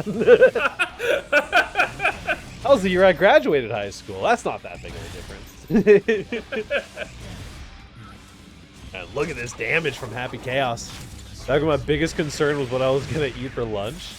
Exactly, Lil Asia. I also graduated in 2010. Oh, the PRC super into the run-up throw. You canceled all of your gunshots. What a tragedy. Listen, I was cringe in the freshman year of high school. I was cringe all of high school. The freshman year, I was especially we all cringe. were. I definitely think we all were. I didn't discover rock and roll music until my sophomore year of high school.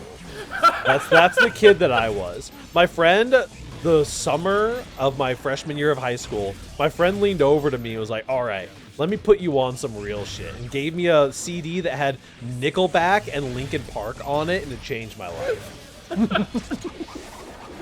Oh, good lord. Discovering hybrid theory in your sophomore year of high school. Wrestlers, so you're miserable to be around. Amen. Honestly, shout out to my wrestlers in high school. Speaking of shout outs, Luke just running away with his match while I'm Peepo talking. Shout out to my wrestlers. They went through it in high school for sure.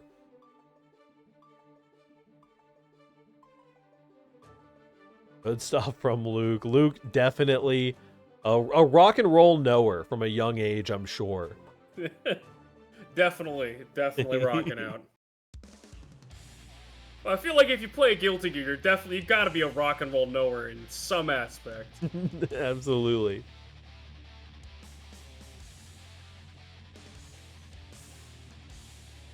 Got down to 112 from 125 your senior year. CPU swapped to Asuka. Oh, really? Yeah, I did see CPU talking about having been playing a little bit of Asuka recently, asking about some staff setups from the from some of the goats they were playing against. Here we go. We have 2 screamers and a DP. This is actually a pretty good hand. Got some mana regen in the hand. No, the DP whiffs, unfortunately. Wanted to murder. Yep.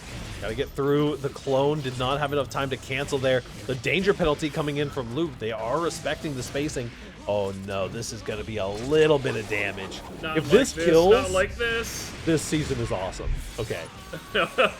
They did take all the fun out of this game. True. Big wild assault conversion, but unfortunately missing the 2H. Okay, just some stray hits here and there. Gonna be enough to get your mana back, but the jump in from Luke is gonna be enough when we find this. Owl Christie in the chat. Gonna be rooting on CPU here.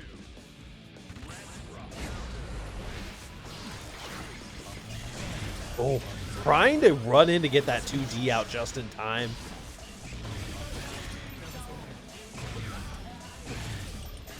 Trying to find anything. These clones are doing so much work in this matchup for sure. Hand replace, we got a teleport, and I believe that is the that's the mana regen one, right? I think so. Miserable for both people. Tap dust after the wild assault. This could be game. Another loop of positive bonus here for Luke. We'll break the mana, so. Oh no, this is enough. Wake up super. Burst! Oh, into the super! Oh. You're gonna get shot though! You're gonna get shot! No! You PRC'd! Waiter, I would like some plus frames, please. Another, the far buttons are connecting. Oh, the teleport came in through all of that. You didn't have an opportunity to actually swap out your deck get some of those more aggressive cards in there. No defensive tools does that to people. Understandable. That is Luke going up 3-2. Another character swap in game 5 for us.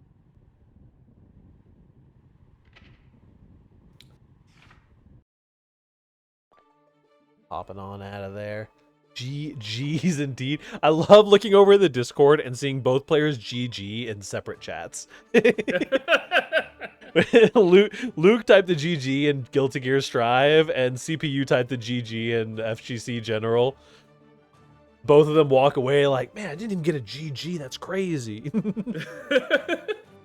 We've got Lasagna Slayer versus Turtl and Beyond, and we are in your favorite part of the night, my favorite part of the night. It's winner stays for the rest of the night as we get to the very last home stretch. Lurk for a while. Have a great night. Quite the bracket so far, you know. Yeah, absolutely. We had some ups and downs. Cool pin there, Brian. I didn't even notice you pinned 2K shot his gap. It's a good one. It was. I think that was our first pinned message of the night, which is kind of crazy. Usually we get some more bangers. Y'all been slacking. Also, Samurai Bob, thank you for the follow. We're here every Thursday with FNF. I mean, except for next Thursday because I'm going to be out of town. But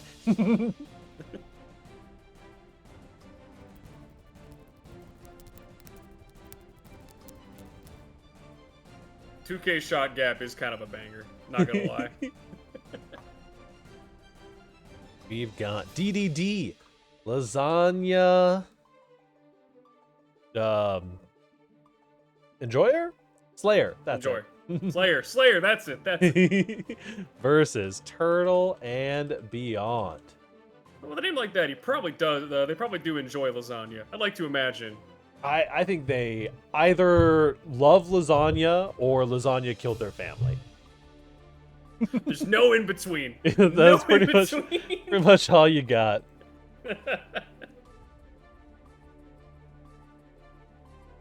Y'all are definitely good to go whenever you're ready. All right, caps lock. You're screaming at him. Go ahead and play.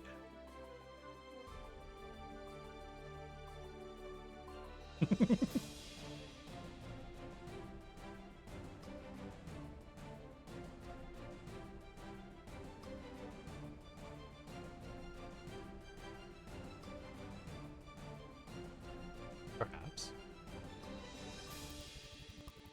They're just really thinking about it. Maybe they're getting some advice from their homie on Discord. You know? Yeah, I mean, Just like, I can't imagine that Jacko particularly loves this matchup. Usually when, like, the way that I usually break down Jacko matchups in my head is, like, if your opponent has a neutral skip, right? Can you shield it, like, do setups that get you to shield block it effectively, right? mm-hmm. And I feel like the Wild Assault neutral skip, apparently, Kribby's saying that actually Jacko does enjoy this matchup a decent amount, so I'm excited to see what they can cook up here. Because if you can shield block and do setups to shield block Wild Assault decently, then Jacko just has that, like, zoner-ness, right? And that's the big deal, is, like, Gold Lewis just crumbles in the face of zoners, and if he can't White Wild Assault them, then what's he gonna do?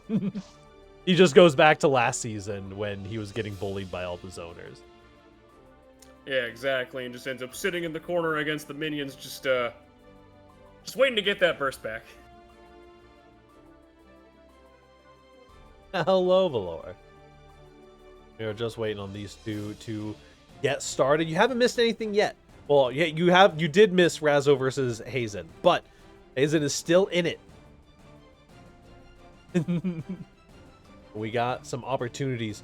The winner of this match is going to go through the gauntlet. If they're trying to make this happen, they are going to have to go win this match, beat Luke, beat Hazen in order to have the chance to get a bracket reset against Razzo.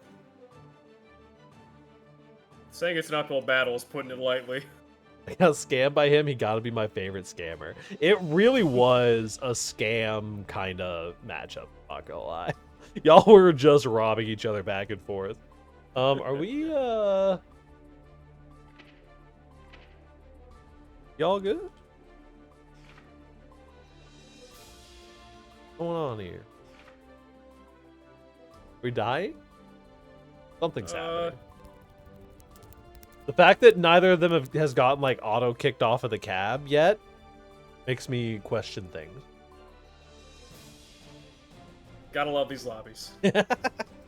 Oh no, Stride. It might be. I assume they're just fighting right. Turtl and was on the Strive universe. Strive lobby domain expansion.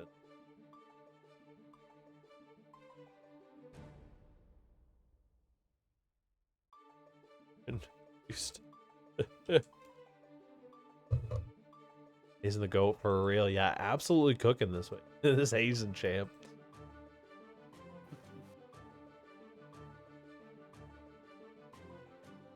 Here, check on in.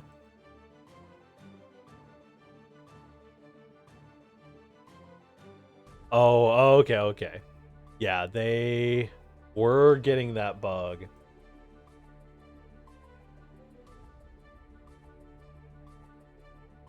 Do we need to remake the room?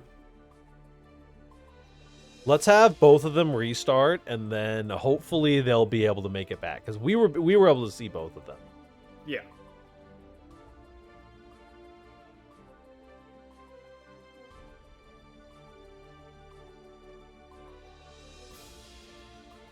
Yeah, I'll have both of them restart.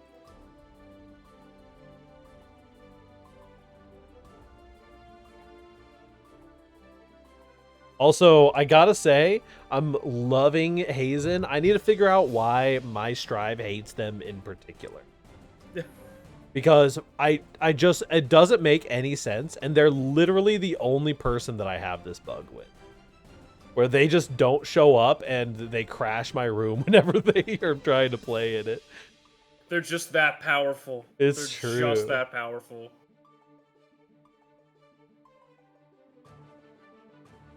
It's always interesting.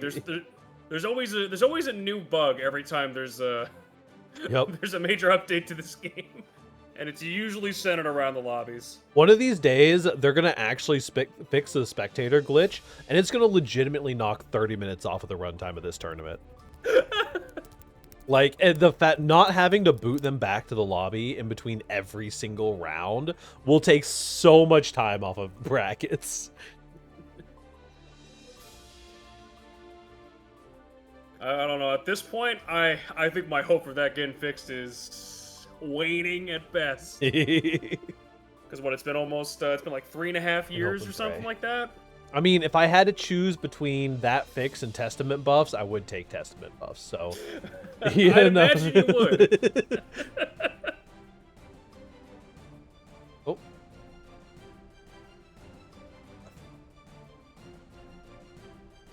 Listen, I take the Slayer character breakdown over that fix. Drew, release ups and downs. Naoki, release ups and downs. I can't believe that people are taking apart the trailer and trying to figure out the lyrics from the trailer to remake the song. The dedication people have to it. I respect it.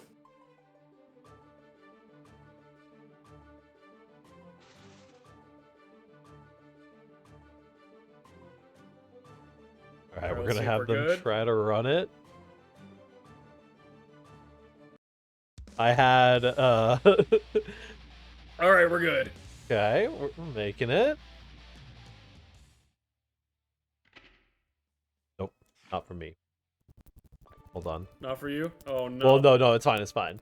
Because you have this open, and I can pop this up here. Because Lasagna Slayer, for some reason, decided that they wanted to be invisible on my screen this time. Oh, yeah, we gotta go. I just need to turn the volume on.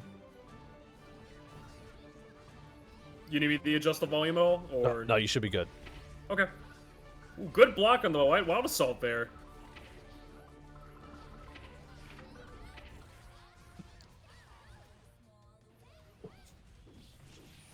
Will that be enough to kill?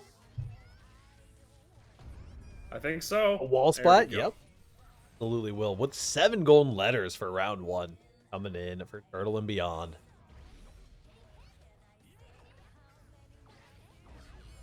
Ooh, a little too soon on that shield. Gonna burst there.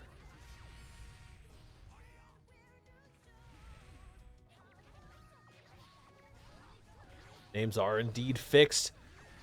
I like the 6P. Canceling that, using the minion to cancel the 6P into a Behemoth Typhoon is definitely good. Good mix from Turtl, though. Turtl's been playing absolutely on point for this bracket so far. Seeing them take out some killers for sure.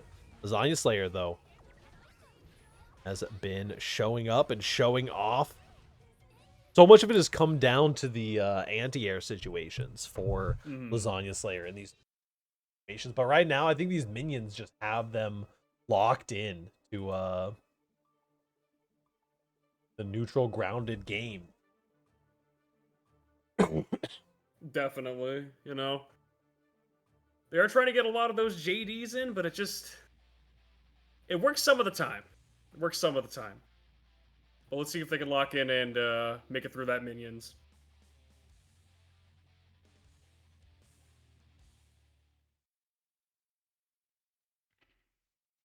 And into game 2, see if the Jacko prophecy continues. Blue Wild Assault. Honestly, really strong for the round start situation there. Even on block. Nice BT call out on the pressure. This is the Gold Lewis lands a back throw in an unwinnable matchup situation. You backdash to BT. It can be done.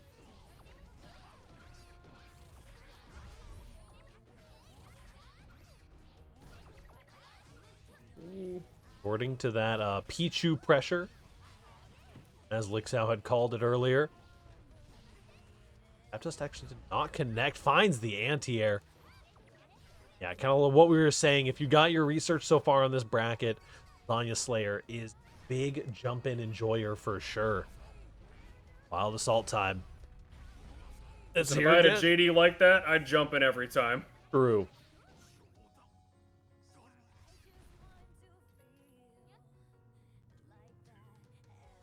Mask off for Turtl and Beyond, but is going to be taking the first stock of this round. Finds a back throw. And what an anti-fuzzy with the JP.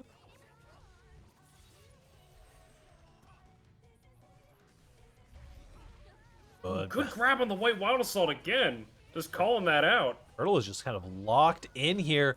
Got no claps happening. Tap Dust comes in again. Red RC waited to bait the burst, even though it wasn't there. 2-0 for Turtl and Beyond. Just thinking 10 steps ahead. That burst bait, that's for the next game, all right? Exactly. You gotta let them know. Like, your combo's so good, you got time to wait.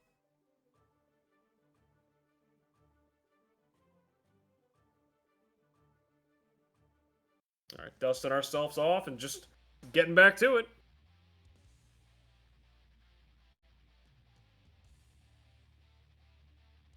Okay. Game 3.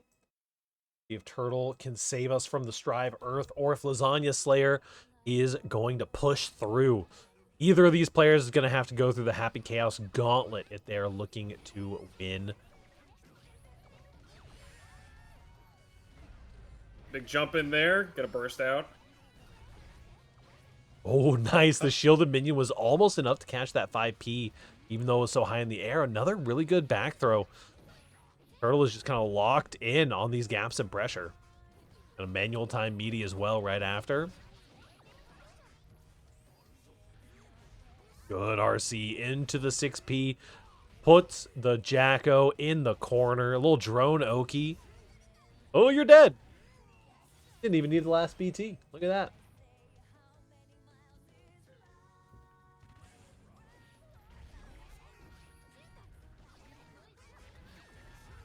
Just throwing these minions, just keeping them out.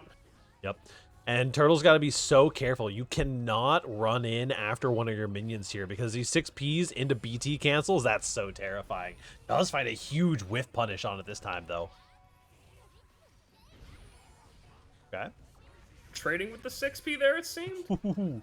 The air stalls were enough, and the minion just barely catches the anti-6P technology with no meter to break the wall here with.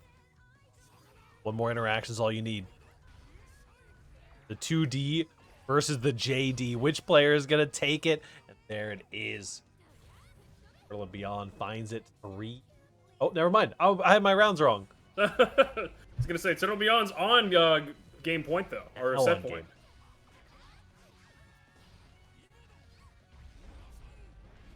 We'll see if Lasagna Slayer can take it back. Oh, not blocking these cross-ups. Not again. Okay. I was going to say, oh no! Commentator's curse. Not like this. We got a bar a meter, though. What are we going to do with it? The drone is here. Oh, you got a back throw. This could be huge. No, the 2P comes out. Lasagna Slayer is staying in this. Truly commentated cursed. This we're now moving on to game 4. Excuse me. I understand how you feel. I usually work mornings, so it's about the time I start getting a little tired too. But we'll make it through because we got all these exciting games to watch. Absolutely. What have you done? Commentator's curse. Listen, I gotta lab my commentator curse. I gotta keep my skills sharp. If I can't will a mix-up. Yeah, if I can't will a reverse 3-0 into existence, like, what's the point? Going for some bigger BTs, but Turtl is starting to lock in on the whiff punish. Nice Gatling there. Thunderbird coming in.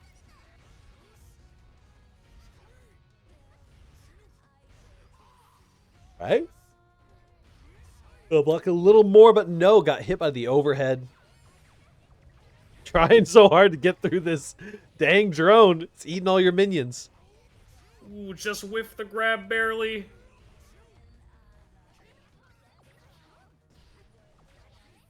Nice, good catch. These leaving these minions behind. Oh my god. No.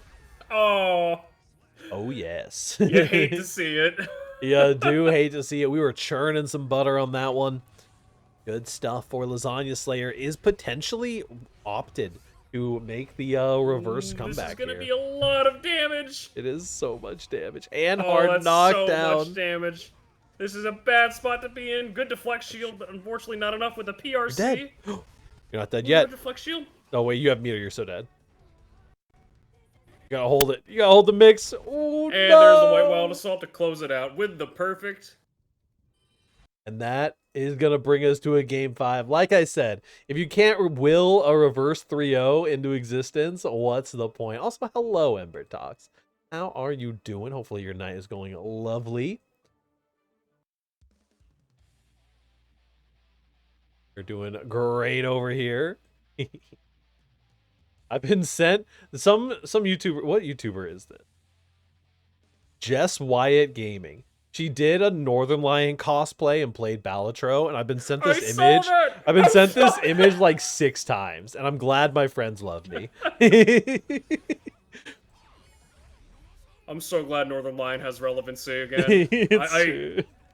I'm a big Binding of Isaac fan, so I've always loved this stuff. Oh yeah. Here we go. Game 5. Updater score. That's a big counter hit. That's gonna hurt a lot. Full churn. Oh, then you're just dead. Okay. 7 golden letters. Lasagna Slayer is looking to make a run of this. From the most dominant matches that we've seen Turtl in, a 2-0 to start us off, looking absolutely clean, and there's the White Wild Assault. This is so scary. Once again, not the full churn, but still going to be a lot of damage and a hard knockdown. Really locked in here for Lasagna. Got a lot of HP to the drone. Lasagna, you're so not used to dealing with the drone Oki anymore. Nice cross up the YRC, puts you in the corner though. And a throw. That is it. I'm so sorry I cursed this run. Lasagna Slayer 3-2 over Turtl and Beyond. The That is what I call locking in. That was some serious locking in. Absolutely. Let me go ahead and pop out and rejoin the room real quick.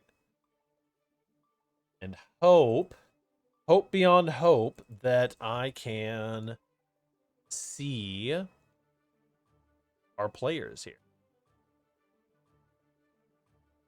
We've got Luke versus the Lasagna Slayer. We're gonna see if Luke can make this happen. Can shut down the Gold Lewis. Hey, I can see him now. Perfect.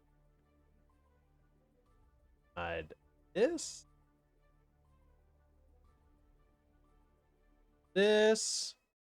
And also, just real quick, I gotta turn my game sound. Sound set. Boom. You know that Guilty Gear Strive has like embedded itself in my DNA because I hear the lobby music even when it's not playing. Oh. And that I can't tell if that's like endearing for Strive or if I'm a crazy person. A lot of the times I'll play with the music off and just listen to the soundtrack through Spotify. Yeah. But like whenever I'm in the lobby, I can hear it in my back. I can hear it in the back of my head. JS Luke coming in for our winners or losers semifinals. You slowly lose sanity spending all time in the lobby. True. It kills me when I'm playing in brackets because they need to make the lobby music customizable is what they need. Because it kills me when I'm playing in online brackets and my lobby music is slightly desynced from the brackets lobby music. That is some like that's some Sisyphusian torture right there. You're just like waiting for your stream match and you're like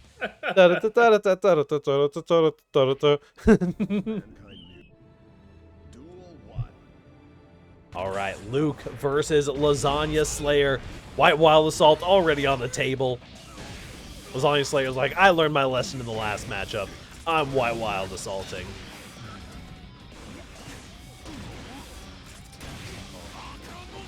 Good grab on the 5D there. Gonna set a pressure with the drone. 6 being out though. Just gonna bring you over to the other corner real quick. Not bad. Burst immediately into the laser super. I'm a Lasagna Slayer fan. I'm gonna go out on a limb and say it. Lasagna Slayer has like almost like I hesitate to call it like a retro Gold Lewis, but really does have like I've played this character for a long time. I have all the old tech. Like the burst into laser beam like muscle reflex is so funny to me. I have all the classic maneuvers, and by God, I'm gonna use them. Yeah, I'm not just out here to hit White Wild Assault and cruise my way. Okay, well, maybe a little bit. Maybe a little bit, you know. Lasagna Slayer can have a little White Wild Assault. As a treat. As a treat. Yeah. Go. Wild Assault through the wall. Gonna be a hard knockdown for Luke. Oh, the Super PRC into the BT. Okay. Oh, nice blocks. The big JD. Might get the confirmed there, but is going to be able to get some plus frames. Oh, you're dead. You're alive.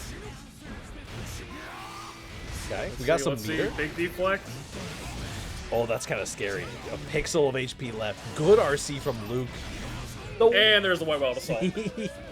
Good patience from Lasagna Slayer in order to not burst there. You know you got a White Wild Assault as soon as those feet touch the ground.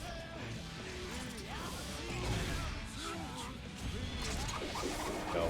Luke's going to get that hard knockdown. The Happy Chaos loves this positive bonus scenario. Oh, man, just the meaty connects. But a burst puts you in the corner? Oh, no. We got Mix, and we've got a gunshot through the chest here as Luke goes up 1-0 to start us off. So many perfects tonight. I know it's usually more common in this game, but like so many perfects tonight. There have been a lot of people really playing like on point. There have been a lot of game 5s too.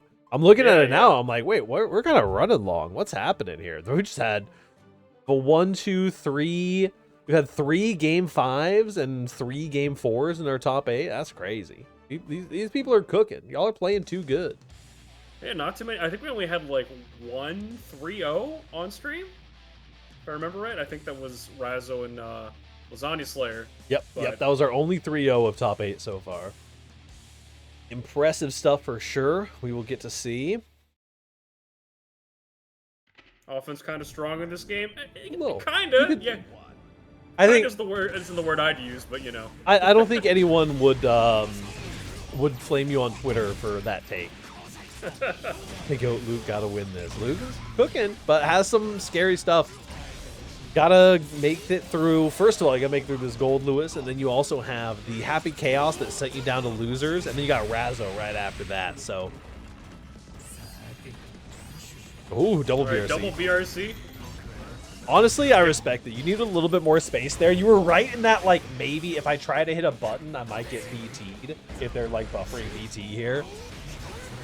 Ooh, you definitely want to burst there. That could have been a lot of damage. So much space up. Red RC off of the tap dust. Beautiful thing. I've said it once, I'll say it again. I've never blocked a 5D in my life, but good jump on that white wild assault there. Ooh, Ooh, big counter hit starter. Yeah, that's gonna hurt. That's the good starter too. Dunk even through the gold Lewis HP. Just a clean little 55% off the top. No big deal. We got 2 bars of meter here, and the guns will be reloaded after the landing. Difficult situation for Lasagna Slayer here. What's the plan? Oh, all right, El Clasico. Yep, the burst into the laser beam super is gonna hit here. You're gonna get a nice little confirm as well. Good stuff from Luke. Catches the anti-air gunshot. Definitely honing in a little bit. When Lasagna Slayer starts getting those nerves, starts getting a little bit anxious in the neutral, those IADs are coming out for sure. Yeah, and Gold Lewis having, I think he's got one of the slower jumps in the game. It can be real scary to commit to that, you know? For sure. Has a big body too, so easy for certain options to connect while he's in the air. 5-frame pre-jump. Yeah, yeah. Kirby's here with our Gold Lewis lore. Mankind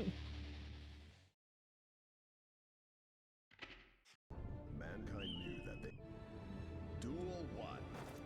If he's a big body, why doesn't he have big body throw range? I mean, I don't know. I kind of feel like I mean, he might not like factually, but like emotionally for me, he does. He wins off of back throw, so what are you gonna do? All right, but I think this is set point here for Luke if they can close it out. Absolutely. Oh, nice blocks for Luke. Tries to get a 5K check. This round might just be a go next situation. You're getting chipped out so hard, but no, Luke refuses to give it up. Okay. Big gun versus little gun. Big gun wins this time. Just this time. Big 5D. And what grounds? Ooh, rolling through.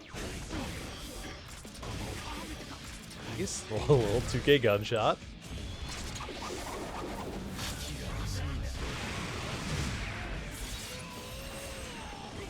Done. Got the hard knockdown. Close slash to start us off. Red RC and a lot of damage. I think we're going down. We are now on match point with 7 gold letters on the screen. You got to recover mentally from that one. First both on the table for both characters.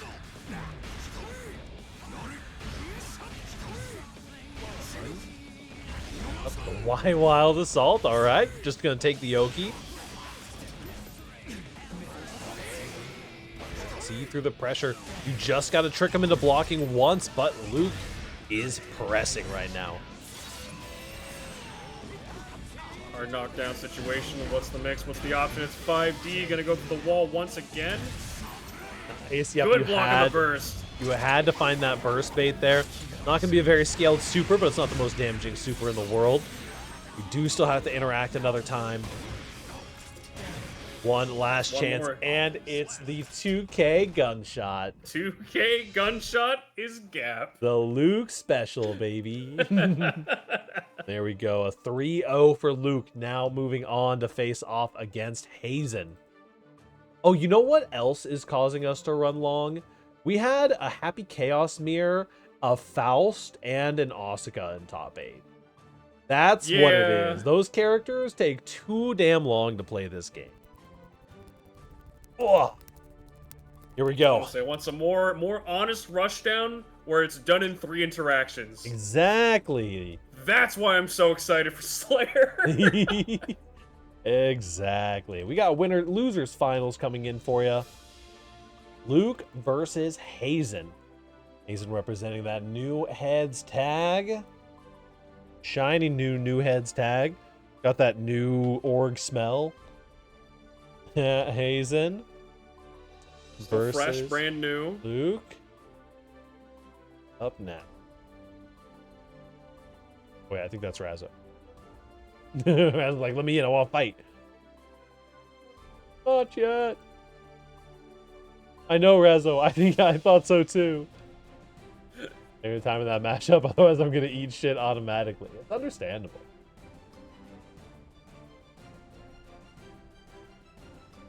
I agree with Razzo. I am also surprised that there's another match. Gotta get Hazen in here, and hopefully I can...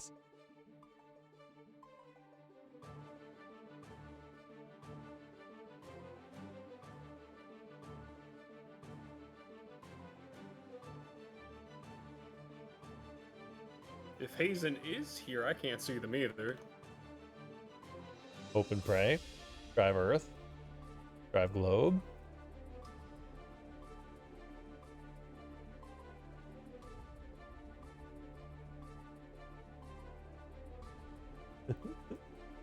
Thoughts and prayers, everyone, for Hazen.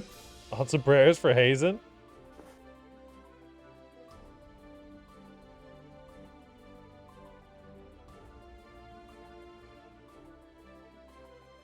Oh, understandable. Gotta stay frosty. Hazen on the way. Let's go. Gotta check in to see if they were able to make sure they joined the room and everything. Let's see. Hazen has entered the room. Do you see them? Yes, I do see them. We're cooking with propane.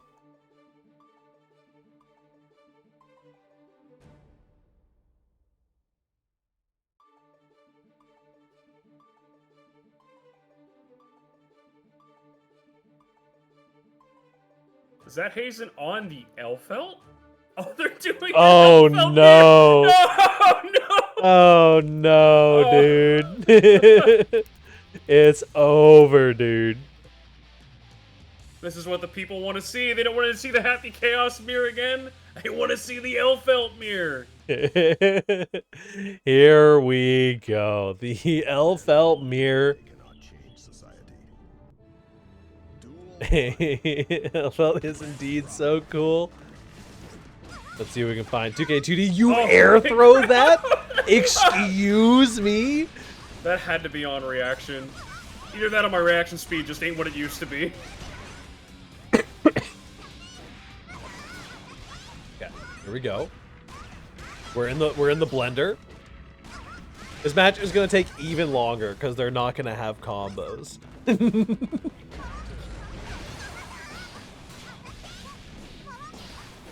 Here we go. 5P anti-air. A little bit of hard knockdown. 6P right back, though. This is not the Elfelt you signed yesterday.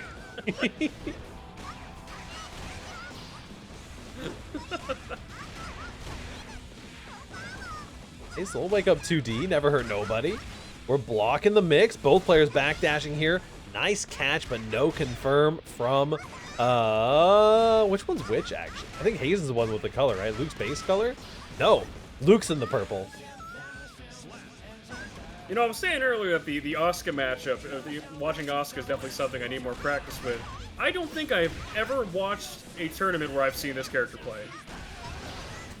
Yeah, Like, we've had a good number. We've had Sergeant Frogger in a good number of top 8s recently. Definitely been having a good time with it.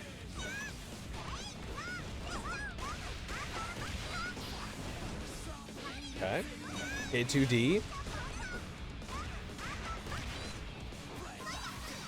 RC, just trying to find something but a close slash starter on the block string.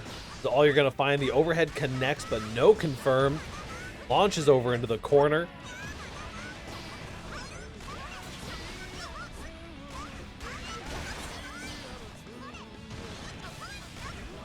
Definitely a leaked idea. ERC backdash against 5H/6H. Nice little mix coming in. And that is Hazen taking game 1. Now an interesting metagame is upon us. Do they switch? Do they switch or do they stay? Do they commit to the bit?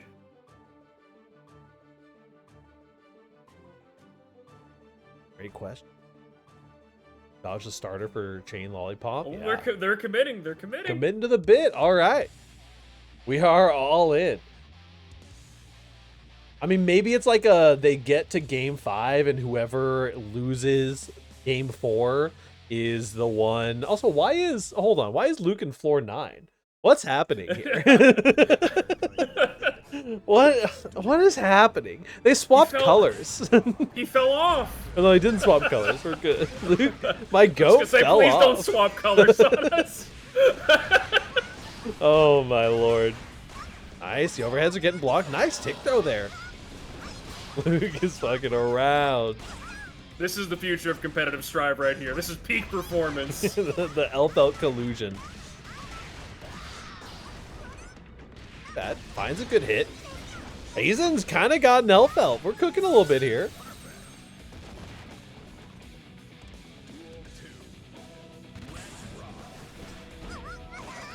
Oh, good backdash.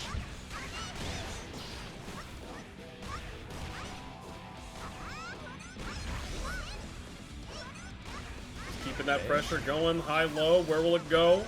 Little grenade action. Look at the risk gauge. Actually kind of cranked right now, but Hazen's too good on defense. Just going to turn that risk into a little bit of extra meter.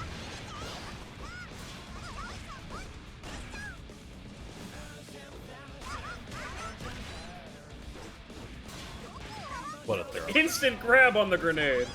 It's so good. I don't know if I've ever seen L-Belt's air throw animation. It's so good. Go, little RC into the corner. We got some good damage. It's the wake up super, but you got to PRC this. Yep. Interesting option out of the PRC. Good hit.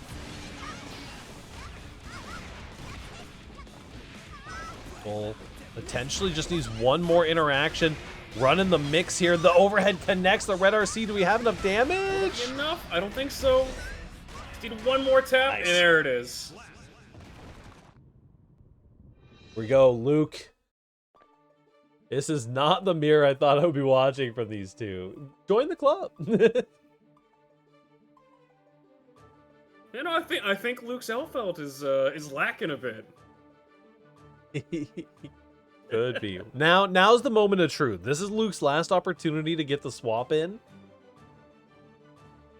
Will he do it? Will he hard commit to the bit? Ah, yes, the Sin Kisuke. Locked into the Sin Kisuke for the rest of the match here. Just wanted to break up the mirror. Keep it a little more interesting.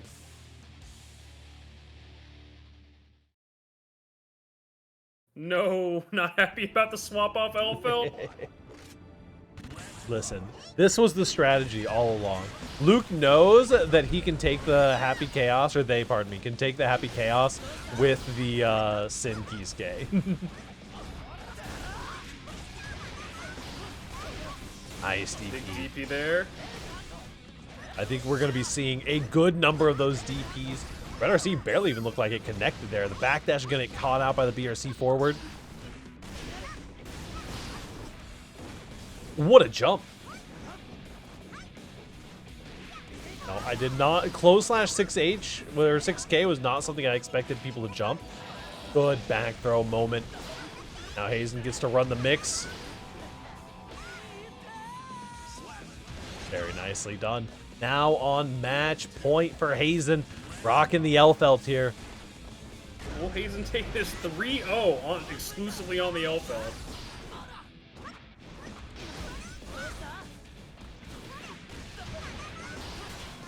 Nice. Mix up with the grenade. Good call it on the DP. He's still coming in, gets the burst out. Hazen has burst advantage and 50 meter, gonna immediately spend that on an FRC. Watch your toes. What a block. The overhead, but going for the super. Oh, that's a big hit. Wild Assault's not going to get you too far. You do find a super confirm. You built just enough meter. That'll be enough? I think that is indeed enough. 3-0 for Hazen.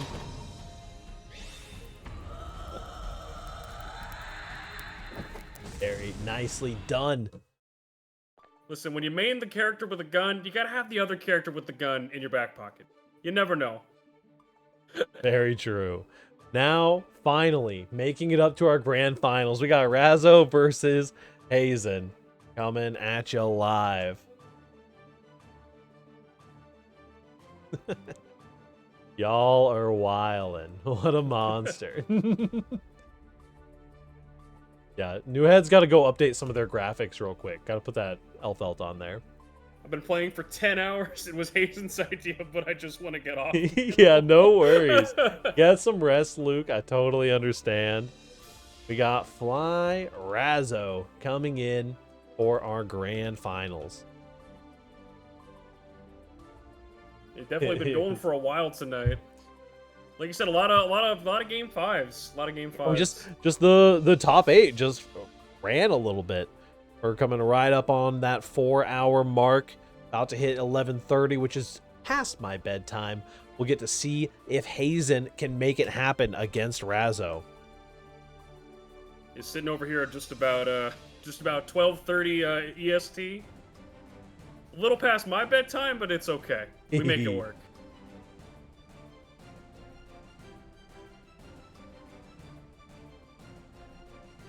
Stuff.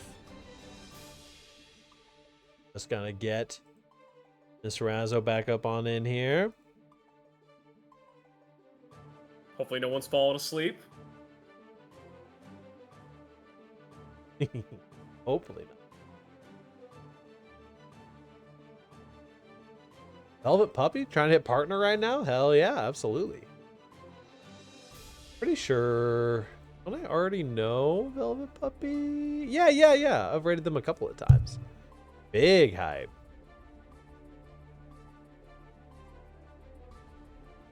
Yeah, they're very sweet.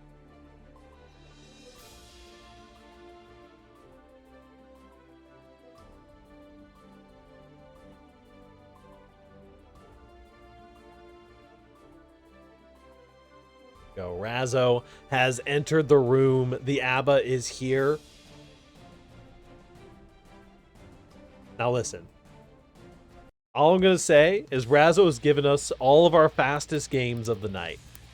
If anybody is going to be sending us to bed on time, it will absolutely be Razzo.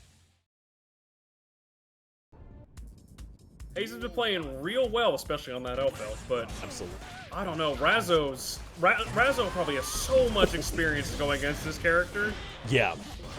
Man, look at that. The JH into the 2P, calling it out. Also a little gold burst. If you're going to burst, it might as well be golden. I'm contractually obligated to get 8 of those in per bracket. Oh, what a the burst there! stage. Oh my god, going through the wall, having all that jealousy gauge.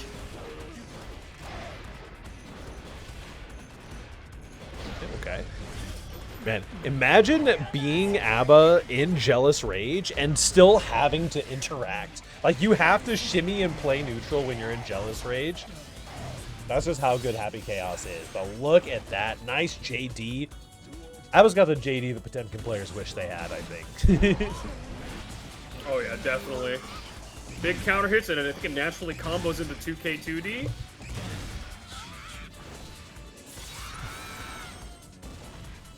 A Jealous Rage Abba playing neutral is scary as fuck. So true. Trying to fish for that optimal counter hit instead of just doing run-up Danzai. Nice, nice. We've been missing the key grab. Oh, the overhead hits. Gotta be careful hitting those lows. The 2P clash. We gotta mash it out, and I think that you're just dead here. That's so wild. This character is crazy. Razzo's cooking right now. You know, Razzo is insane on this character. I think I've talked about it before. I think this character's good, but Razzo piloting them, For sure. they're cooking something that we don't know about. I mean, we talked about CPU and how like really shows when people are passionate about the game. When a character, someone like Razzo, who is already playing at the top level of the game, you put them on a character that they actually enjoy. You know, not saying that Razzo doesn't enjoy like Leo, right? But you put them on a character that they thematically really enjoy, and that passion comes through, and you just see them bring all of that knowledge and experience into a character who, at first, a lot of people were doubting pretty heavily. Yeah, no, the initial impressions are totally understandable. I know when a character first comes out, everybody is usually pretty quick to get like a judgment on them, but I definitely think as this character has had time to cook, I think they're pretty damn strong. Oh, big bait there.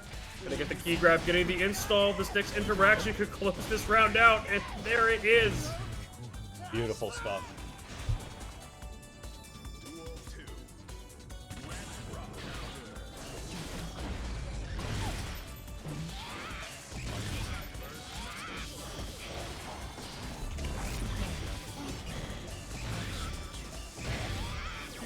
Unfortunate. Just like a couple frames too slow. Super going for the wall. Hard knockdown right there.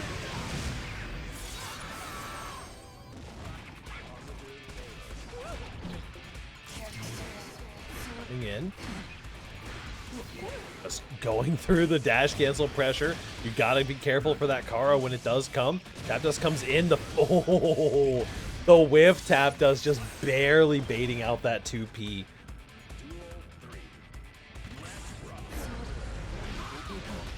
Huge far slash, immediately getting just about full gauge into the install. Over in the corner, Danzai pressure.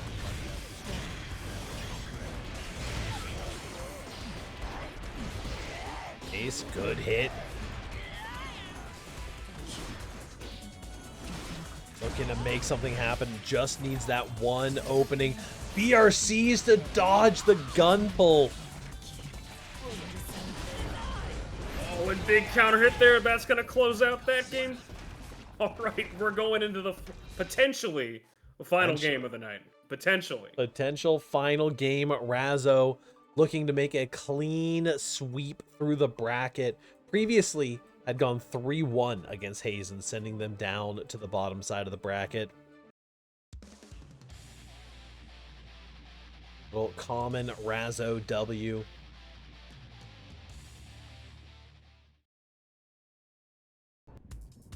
Duel 1. Let's rock. Okay, finds it with the 6K.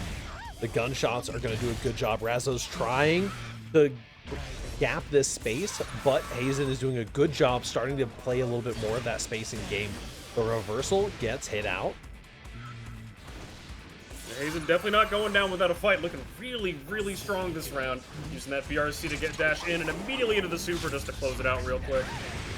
Absolutely. You want to close that match out fast because the ABBA can turn things around on a hair just off of one of those 2Ps.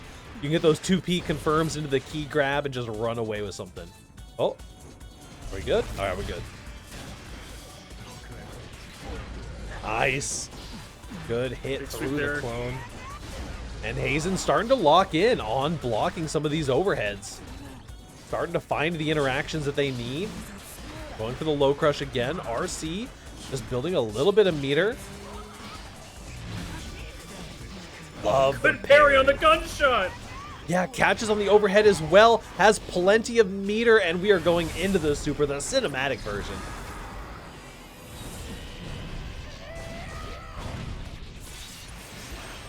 All right, going into what could potentially be the final round of the night.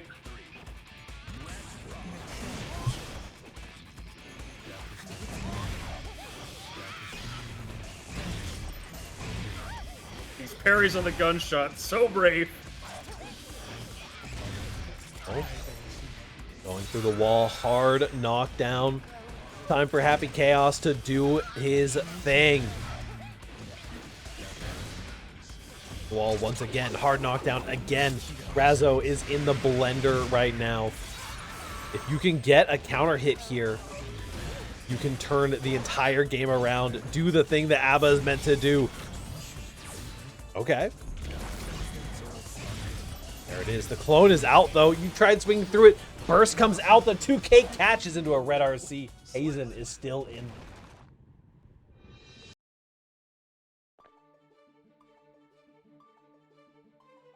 Yeah, Hazen's starting to figure their way out through the pressure and everything, starting to figure out how to keep it going, you know. Yeah, amazing play, honestly.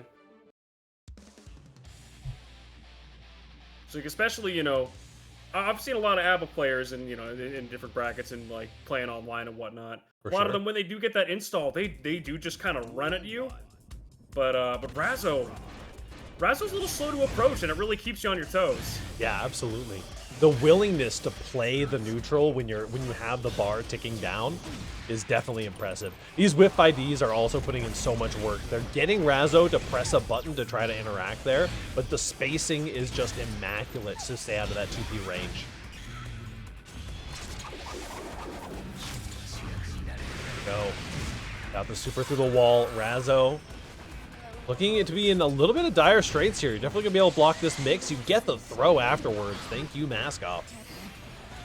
Oh, no. I think the Speaking button of getting whiffed. the throw. I think your air option whiffed there. That is a tragedy. Going through the wall once again as Hazen is potentially looking to bring us to a game 5. Eyeballing a bracket reset. As Razzo has not gotten a good counter hit in probably 2 games. Here we go, though. This is exactly what you want to be. You're in the install. The blocks are coming in. You do have to find the right interactions here still, though. Now that Hazen's locking in on actually blocking this overhead.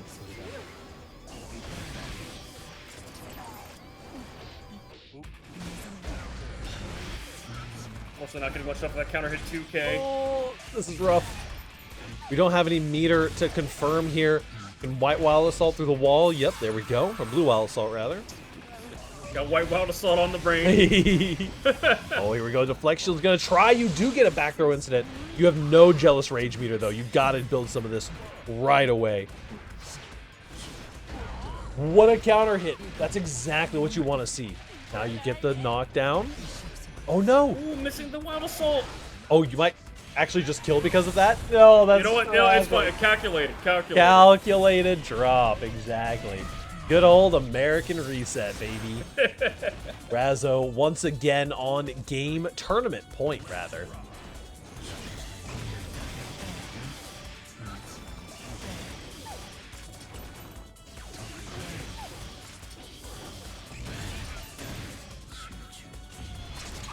Things are just on point with these mix-ups.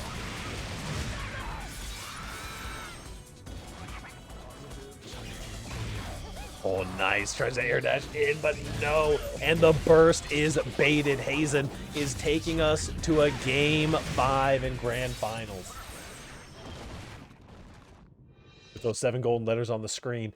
This right here is the moment of truth. You know, Hazen's definitely been locking in after those first couple matches, but will Razzo take it back, or are we going to see a bracket reset? Interesting. And the moment of truth, the truth does come out, and the truth will set you free. Leo Whitefang is on the table. Leo Whitefang versus Happy Chaos. Classic. Razzo says, nah, I'm good. I'm actually just go to bed. I want y'all to stay awake a little longer. That's A-okay. Oh, the double backdash. The 2D into the PRC finds the counter hit. Look at that. The Valor actually just wants to bait Razzo into playing more Leo.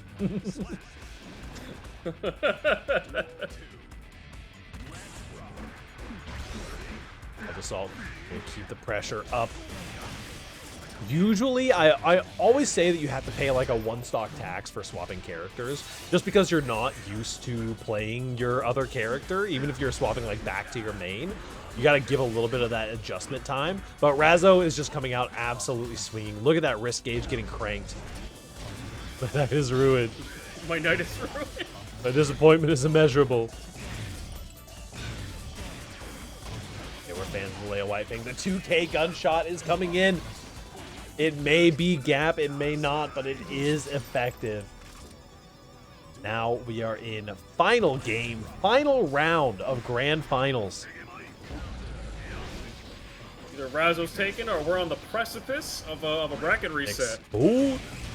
The cancel into the 2K, quite effective against catching those backdashes. The 2D comes in, smacking right into the clone. Just a little check with the 2P. Little cup check for you. You got that. I can't believe they got that. Okay.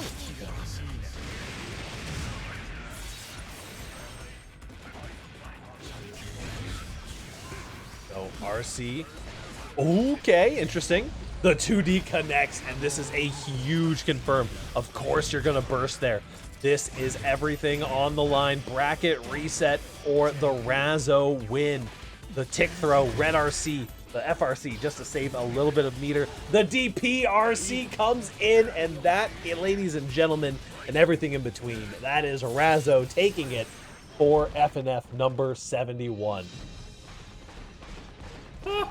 What a set. What a grand final. Final game, final round, final interaction.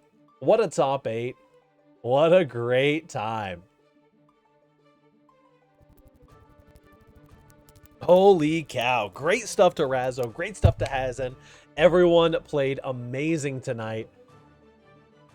Did a fantastic job. Don't forget to check out the Matcherino. Also, just as a real quick plug for you guys, we have a fantastic event that we've been cooking on.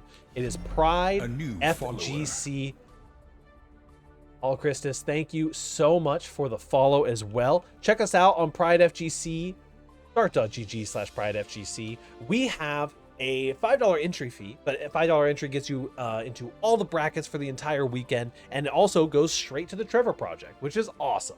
And we are hosting an entire weekend of major style events. We're going to have karaoke. We're going to have panels. We have a guest speaker from the Trevor Project who's hopefully going to be able to make it. And we have a bunch of different orgs hosting a bunch of different brackets, and it's going to be a fantastic time. It's going to be a whole lot of fun. So if you have a chance, if you're free in June 21st through 23rd, when we are hosting all of that. So make sure you get signed up. We have announcements going out on the Pride FGC Twitter as well. Let me go ahead and get that pulled up. It is at Pride FGC Charity. There is some poor guy out there whose gamer tag is Pride FGC. Yeah, sorry, buddy, if you get pinged at all, but make sure to follow the Twitter. We got more updates talking about all the different orgs that are going to be joining us in this awesome event. And that's the big thing that we're cooking. I'm about to be out of town for like 2 weeks. I'll see y'all at Combo Breaker. Coblin, you got any shout outs you want to do before the end of the night? All I can really say is thanks for having me on tonight. I haven't done any commentary in probably over a year now. So it was fun getting back into it. I really appreciate it. Absolutely. It was a fantastic time. We're gonna send a raid over to Velvet Puppy. Maybe if I can type Velvet Puppy _ There we go. Send that raid, send some love, send some hype, help them hit that follower or the viewer count goals that they need for the partner application. It's an exciting time for sure. Y'all have a good one. We will be back, not next Thursday, but the following Thursday.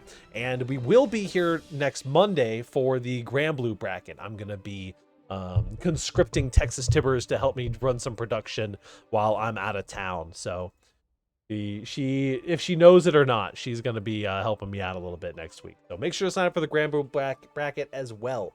I'll have that start.gg info in the Discord here in a bit. Peace out, y'all.